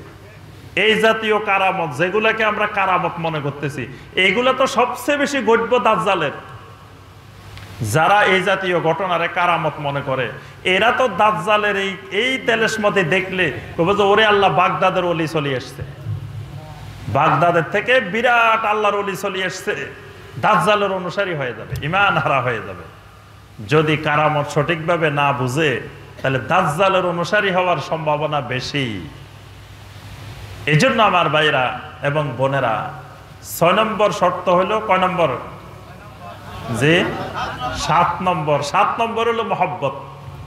আল্লাহর প্রতি মহব্বত রেখে লা ইলাহা ইল্লাল্লাহ বলতে হবে, না হয় ঈমান হবে না। 8 নম্বর হলো আল কুফর বিত তাগুত। আল কুফর বিত তাগুত, তাগুতকে অস্বীকার করতে হবে। লা ইলাহা ইল্লাল্লাহ বলছে, আবার তাগুতের সাথে তার খুব মহব্বত, লা ইলাহা ইল্লাল্লাহ হবে না। কারণ আল্লাহ পাক শর্ত দিয়েছেন সূরা আল বাকারার 256 নম্বর আয়াত, লা ইকরাহা ফিদ্দীন কাদ তাবায়্যানার রুশদু মিনাল গাই ফামান ইয়াকফুর বিত-তাগুতি ওয়া ইউমিন বিল্লাহ। ঈমান আনতে হলে ফামান ইয়াকফুর বিত-তাগুত ওয়া ইউমিন বিল্লাহ, তাগুতের প্রতি কুফরি করতে হবে, আল্লাহর উপরে ঈমান আনতে হবে। তাগুতকে অস্বীকার করতে হবে, আল্লাহর উপরে ঈমান আনতে হবে। এখন তাগুত অস্বীকার করে নাই, লা ইলাহা ইল্লাল্লাহ বলে বসে রয়েছে, ঈমান হয় নাই। যত নবী রাসূল আল্লাহ পাক জমিনে পাঠাইছেন, সমস্ত আম্বিয়া আলাইহিমুস সালাম যে দাওয়াতটা দিতেন, সেটা আল্লাহ পাক সূরা নাহলের 36 নম্বর আয়াতে আল্লাহ পাক বর্ণনা করে দিয়েছেন। আল্লাহ পাক বলছেন, আমি যত নবী পাঠাইছি প্রত্যেক উম্মার কাছে, ওয়ালাকাদ বাআসনা ফি কুল্লি উম্মাতির রাসূলান, প্রত্যেক উম্মার কাছে আমি রাসূল পাঠাইছি, আনি ইবুদুল্লাহ ওয়াজতানিবুত তাগুত। তারা দাওয়াত দিতেন, ও দুনিয়ার মানুষ, গোলামি করো, ইবাদত করো একমাত্র আল্লাহর, আর তাগুত ছাড়ো, তাগুত পরিহার করো, তাগুত থেকে দূরে থাকো। ইমাম ইবনুল কাইয়্যিম রাহিমাহুল্লাহ বলেন, 5 শ্রেণীর মানুষকে, জিনকে, শয়তানকে তাগুত বলা হয়। কয় শ্রেণী? সংক্ষিপ্ত কথা হলো, 1 নম্বর তাগুত হলো ইবলিস লাআনাহুল্লাহ। ইবলিস হলো 1 নম্বর তাগুত। ইবলিস তাগুত। এজন্য কেউ যদি ইবলিসের অনুসারী হয় তাহলে এটা ইবলিসের ইবাদত হয়। আল্লাহ পাক কোরআনে কারীমে বলেছেন, আলামা আহাদিলাইকুম ইয়া বানি আদামা আল্লাহ তা'বুদুশ শায়তান, খবরদার শয়তানের ইবাদত করিও না। তাহলে শয়তানেরও ইবাদত হয়। শয়তান হলো 1 নম্বর তাগুত। 2 নম্বর তাগুত হলো মান উবিদা মিন দুনিল্লাহি ওয়া হুয়া রাদিন, আল্লাহ ছাড়া তার ইবাদত করা হয় কিন্তু সে খুশি। মানে তার ইবাদত করতেছে লোকেরা, সে খুশি। লোকেরা এসে তাকে সাজদা করতেছে, সে খুশি। এই লোক তাগুত। লোকেরা বিভিন্ন রকমের কুফরি করতেছে, শিরক করতেছে, তাকে কেন্দ্র করে সে রাজি, সে তাগুত। আবার অনেক জায়গায় আছে লোকেরা করতেছে কিন্তু উনি জানে না। যেমন আমাদের দেশে অনেক দিনদার মানুষ মারা গেছে, কবর আছে, কিন্তু কবর কেন্দ্রিক লোকেরা এসে শিরক করতেছে, কুফর করতেছে। উনি মারা গেছে, উনি কি করবে? উনি যদি জীবিত থাকতেন, ধরেন শাহজালাল রহমতুল্লাহ আলাইহি, শাহজালাল রহমতুল্লাহ আলাইহি যদি জীবিত থাকতেন, তাহলে লোকেরা তাকে কেন্দ্র করে যত শিরকের আস্তানা গড়ে তুলছে তিনি নিজেই সবগুলা উৎখাত করতেন না? তিনি শিরকের বিরুদ্ধে অবস্থান নিয়ে এই দেশে আসছেন, আর তাকেই শিরকের কবলে লোকেরা নিমজ্জিত করছে। তাহলে এখানে কিন্তু তার দোষ নাই, এখানে তিনি তাগুত না। কিন্তু যার ইবাদত করা হচ্ছে হে রাজি, হে খুশি, হে রাজি আছে এটা করতে, এই জাতীয় কর্মকাণ্ড যারা করে এরাও তাগুত। 3 নম্বর তাগুত মানে দাআ শাইয়ান মিন ইলমিল গায়বে, যারা ইলমে গায়বের দাবি করে, কয় আমার দরবারে আসলে আমি আপনার দিকে তাকায় সব বলে দিতে পারবো। এটা তাগুত, এটা শয়তান। সে আমার দিকে তাকায় কেমনে বলে দিবে সব? এই গায়েবের জিনিস যারা বলার দাবি করে এদেরকে বলা হয় তাগুত। মান দাআন নাসা ইলা ইবাদাতি নাফসিহি, যে লোক মানুষকে নিজের ইবাদতের দিকে ডাকে, নিজের ইবাদত করতে বলে, মানুষকে বলে যে তোমার কি দরকার, বিপদ আপদের সমস্যা সমাধান দরকার, এটা দরকার, ওটা দরকার, আমার কাছে চলে আসো, বাস। এই লোক হলো কি? তাগুত।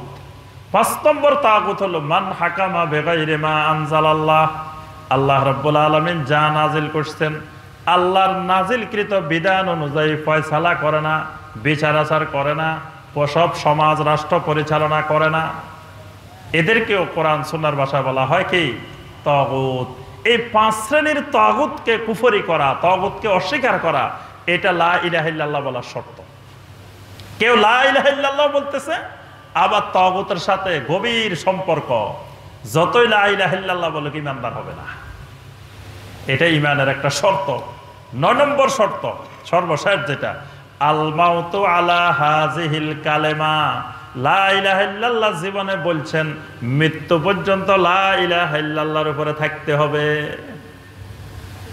জীবনের প্রথম দিকে অনেকে লা ইলাহা ইল্লাল্লাহ বলছে, শেষ বয়সে লা ইলাহা ইল্লাল্লাহ নাই। যেমন অনেক মুনাফিক নবী সাল্লাল্লাহু আলাইহি সাল্লামের হাতে এসে লা ইলাহা ইল্লাল্লাহ বলছে, কিন্তু শেষে এসে, জীবনের শেষ দিকে এসে লা ইলাহা ইল্লাল্লাহর উপরে ছিল না। তারা মুমিন না, তারা সাহাবী না, তারা মুনাফিক হয়ে গেছে। এই জন্য লা ইলাহা ইল্লাল্লাহর শর্ত হলো এটার মৃত্যু পর্যন্ত লা ইলাহা ইল্লাল্লাহর উপরে থাকতে হবে। এই জন্য আল্লাহ পাক শর্ত দিয়েছেন, ইন্নাল্লাযীনা ক্বালু রাব্বুনাল্লাহু সুম্মা ইসতাকামু, যারা রব্বুন আল্লাহ বলছে, রব্বুন আল্লাহর উপরে ইস্তেকামত রয়েছে, তাতানাজ্জালু আলাইহিমুল মালাইকাতু আল্লা তাখাফু ওয়া লা তাহজানু ওয়া আবশিরু বিল জান্নাতিল্লাতী কুনতুম তুআদুন। ওই ব্যক্তির মৃত্যুর সময় ফেরেশতারা আসে বলে, ও আল্লাহর বান্দা ভয় করিও না, চিন্তা করিও না। সুবহানাল্লাহ। তো এই ব্যক্তির মৃত্যুর সময় ফেরেশতারা এসে কেন বলে ভয় করিও না, চিন্তা করিও না? কারণ সে লা ইলাহা ইল্লাল্লাহর উপরে আছে। সুম্মা ইসতাকামু, লা ইলাহা ইল্লাল্লাহর উপরে ইস্তেকামত আছে। এখন লা ইলাহা ইল্লাল্লাহ বলছে কিন্তু লা ইলাহা ইল্লাল্লাহর উপরে ইস্তেকামত নাই। বলছে আল্লাহ ছাড়া কোনো সত্যিকারের মাবুদ নাই, কিন্তু অসংখ্য মাবুদের সে পূজারী, অসংখ্য মাবুদকে সে সাজদা করে, যেখানে যায় সেখানে সাজদা দিয়ে দেয়, যেখানে পারে সেখানের জন্য মান্নত করতে থাকে। একটা ছেলের অসুখ হয়েছে, বিপদ হয়েছে, অমুক মাজারে অমুক জায়গায় এত টাকা দিমু, মোমবাতি দিমু, গরু দিমু, ছাগল দিমু, খাসি দিমু, মুরগি দিমু, মান্নত করে বসে আছে। তাহলে ওই যেই কবরের উদ্দেশ্যে মান্নত করছে তাকে মাবুদ বানায় ফেলছে। আর এখান দিয়ে বলতেছে লা ইলাহা ইল্লাল্লাহ। সেই লা ইলাহা ইল্লাল্লাহর উপরে ইস্তেকামত নাই। এই লোক মারা গেলে লা ইলাহা ইল্লাল্লাহর উপরে মারা যাবে না। তাহলে এই 9টা খুব ভালো করে মনে রাখবেন। এই 9টা হলো লা ইলাহা ইল্লাল্লাহর শর্ত। এগুলাকে বলা হয় শারাইত লা ইলাহা ইল্লাল্লাহ। এগুলাকে বলা হয় আহকামুল ঈমান, ঈমানের শর্তাবলী। কেউ শুধু লা ইলাহা ইল্লাল্লাহ বললেই ঈমানদার হয়ে যায় না।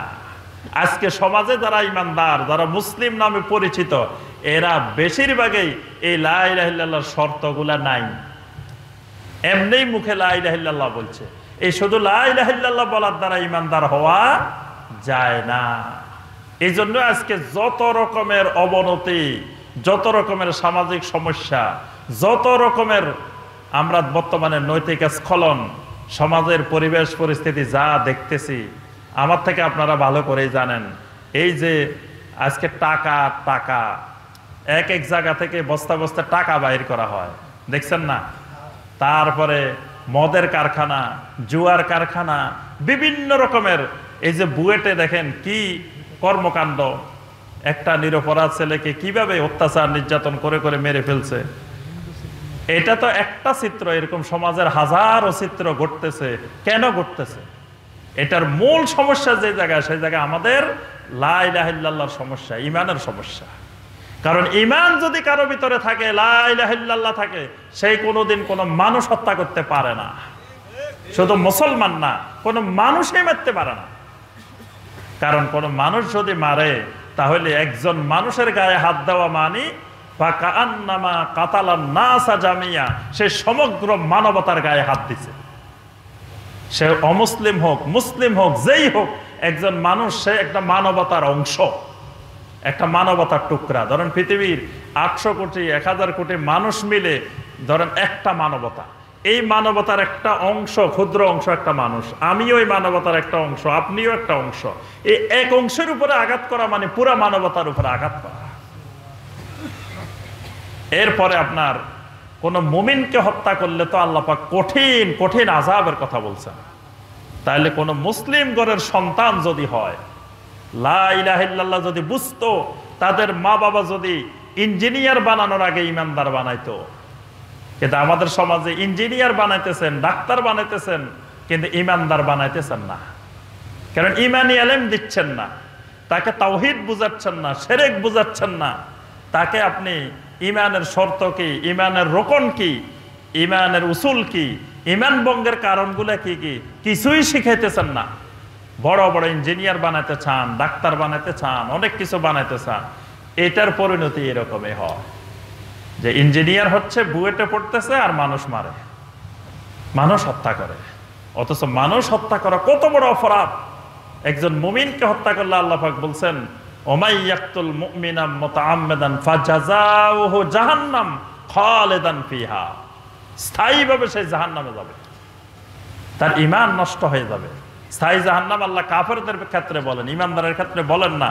কিন্তু এখানে আল্লাহ পাক ঈমানদারের ক্ষেত্রে বলছেন স্থায়ী জাহান্নাম। অর্থাৎ এটার অপরাধের মাত্রাটা এত বেশি, এখানে আল্লাহ পাক খালিদান ফিহা শব্দ ব্যবহার করছেন। এই জন্য আমার ভাইয়েরা, এই সামাজিক অবক্ষয় বলেন, যত রকমের সামাজিক সমস্যা, রাষ্ট্রীয় সমস্যা, এটার মূল কিন্তু ঈমানের সমস্যা। ঈমান যদি বিশুদ্ধ হইতো, শিরক মুক্ত ঈমান হতো, তাওহীদি ঈমান হতো, তো সারা দুনিয়া আজও মুসলিম উম্মার পায়ের নিচে থাকত।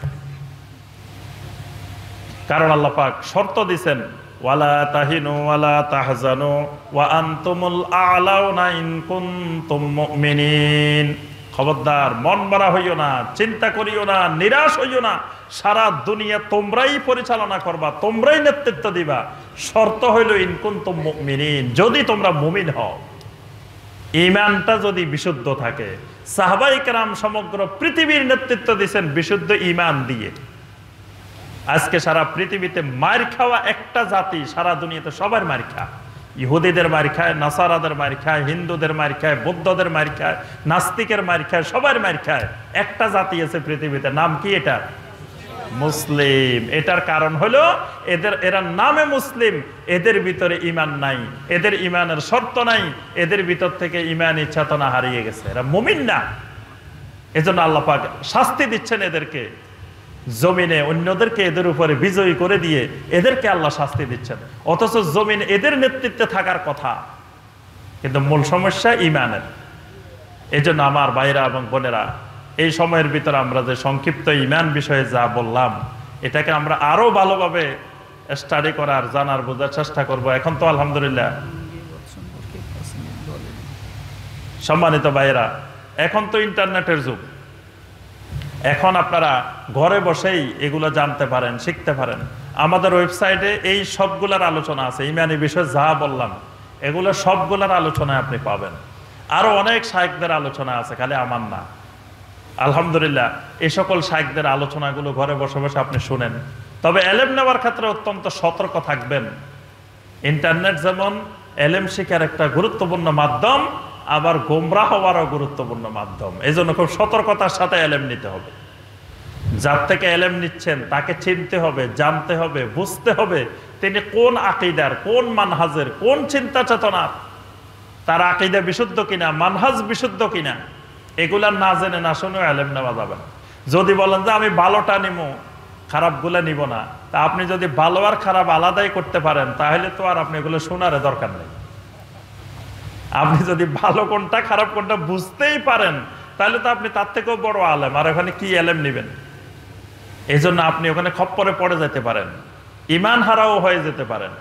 এই জন্য বুঝে শুনে আগে ঠিক করবেন, ব্যক্তি দেখে তারপরে এলেম নিবেন। যার নাম নাই, ঠিকানা নাই, ইন্টারনেটে দেখবেন কোন ব্যক্তি একটা ছদ্ম নামে ইসলামের কথা বলতেছে। সে কে, তার বাবাকে, মাকে, বাড়ি কোথায়, সে কোন মাদ্রাসায় লেখাপড়া করছে, কার কাছে পড়ছে, তার ওস্তাদ কারা, ছাত্র কারা, তার সাথে সমসাময়িক আলেম ওলামাদের সম্পর্ক কাদের, এগুলা জানা ছাড়া মুহাদ্দিসিনে কেরাম কারো থেকে হাদিস নেন নাই, এলেম নেন নাই। এজন্য না জেনে না শুনে এলেম নেওয়া যাবে না। সর্বশেষ আমাদেরকে একটা বিষয় সতর্ক থাকা দরকার, গীবতের বিষয়ে। আমরা যে ইমানি আলোচনা করেছি তার সাথে যে একটা কথা বলে আমি শেষ করব। বর্তমানে আমাদের গীবত বেড়ে গেছে। কথায় কথায় কথায় গীবত, দোকানে বসছেন সেখানে গীবত, বাজারে গেছেন সেখানে গীবত, দুইজনের সাথে দেখা হয়েছে গীবত। গীবত মানে পিছনে তার সত্য কথাটা বলা, মিথ্যা কথা না, সত্য কথা। কিন্তু সত্য কথাটা পিছনে বলা সে পছন্দ করে না। আমাদের মা বোনেরাও যখন 4-5 জন এক জায়গায় বসে ফান খায় আর গীবত করে, কার বাড়িতে কি হয়েছে, কার বউয়ের কি হয়েছে, কার মেয়ের কি হয়েছে, কার ছেলের কি হয়েছে, বসে বসে গীবত করে। কিন্তু এই গীবত করাটা খুবই মজার কাজ, কারণ এর ভিতরে শয়তানের ইন্ধন থাকে। কারণ গীবতের দ্বারা কবিরা গুনাহ হয়, হারাম কাজ। আল্লাহ পাক এটাকে মৃত ভাইয়ের গোশত খাওয়ার সাথে তুলনা করছেন। সুতরাং এই জাতীয় অপরাধ আমরা দূরে থাকার চেষ্টা করব। এবং এটা এমন গুনাহ যে আপনি যার গীবত করছেন তওবা করলে তার থেকে মাপ নিতে হবে। এখন তার থেকে মাপ নেওয়া সহজ কাজ না। তাকে যাই আপনি বলবেন যে ভাই আপনার গীবত করে ফেলছি, আমার মাফ করে দেন, এটা তো সহজ জিনিস না। এই জন্য এটা তওবাও খুব কঠিন। এজন্য সবসময় সতর্ক থাকবেন, নিজেও গীবত করব না, আরেকজনের গীবত শুনবো না। কেউ গীবত করতে লাগলে যে ভাই আমার কাছে আপনি বলিয়েন না, তাকে বলেন, যার ব্যাপারে বলতেছেন তার সাথে আপনি আলাপ করেন। এইভাবে গীবতের দ্বারা সমাজের পারস্পরিক সম্পর্ক নষ্ট হয়। পরিবারের মধ্যে দেখবেন গীবত দ্বারাই সম্পর্ক নষ্ট হয়। মা আর ছেলের সম্পর্ক নষ্ট হয়, বাপ আর ছেলের সম্পর্ক নষ্ট হয়, শাশুড়ি বউয়ের সম্পর্ক নষ্ট হয়। এগুলার মূলে যতগুলো কারণ আছে, বড় একটা কারণ গীবত। গীবতের কারণে এই সম্পর্কগুলো নষ্ট। এই জন্য আল্লাহ পাক সামাজিক সম্পর্ক, পারিবারিক সম্পর্ক নষ্ট করে যতগুলা জিনিস, আল্লাহ পাক সবগুলাকে হারাম করেছেন। আল্লাহ রাব্বুল আলামিন আমাদের সবাইকে শিরক মুক্ত তাওহীদি ঈমান নসিব করুন। আল্লাহ পাক আমাদের সবাইকে বেদাত মুক্ত সুন্নতি আমল নসিব করুন।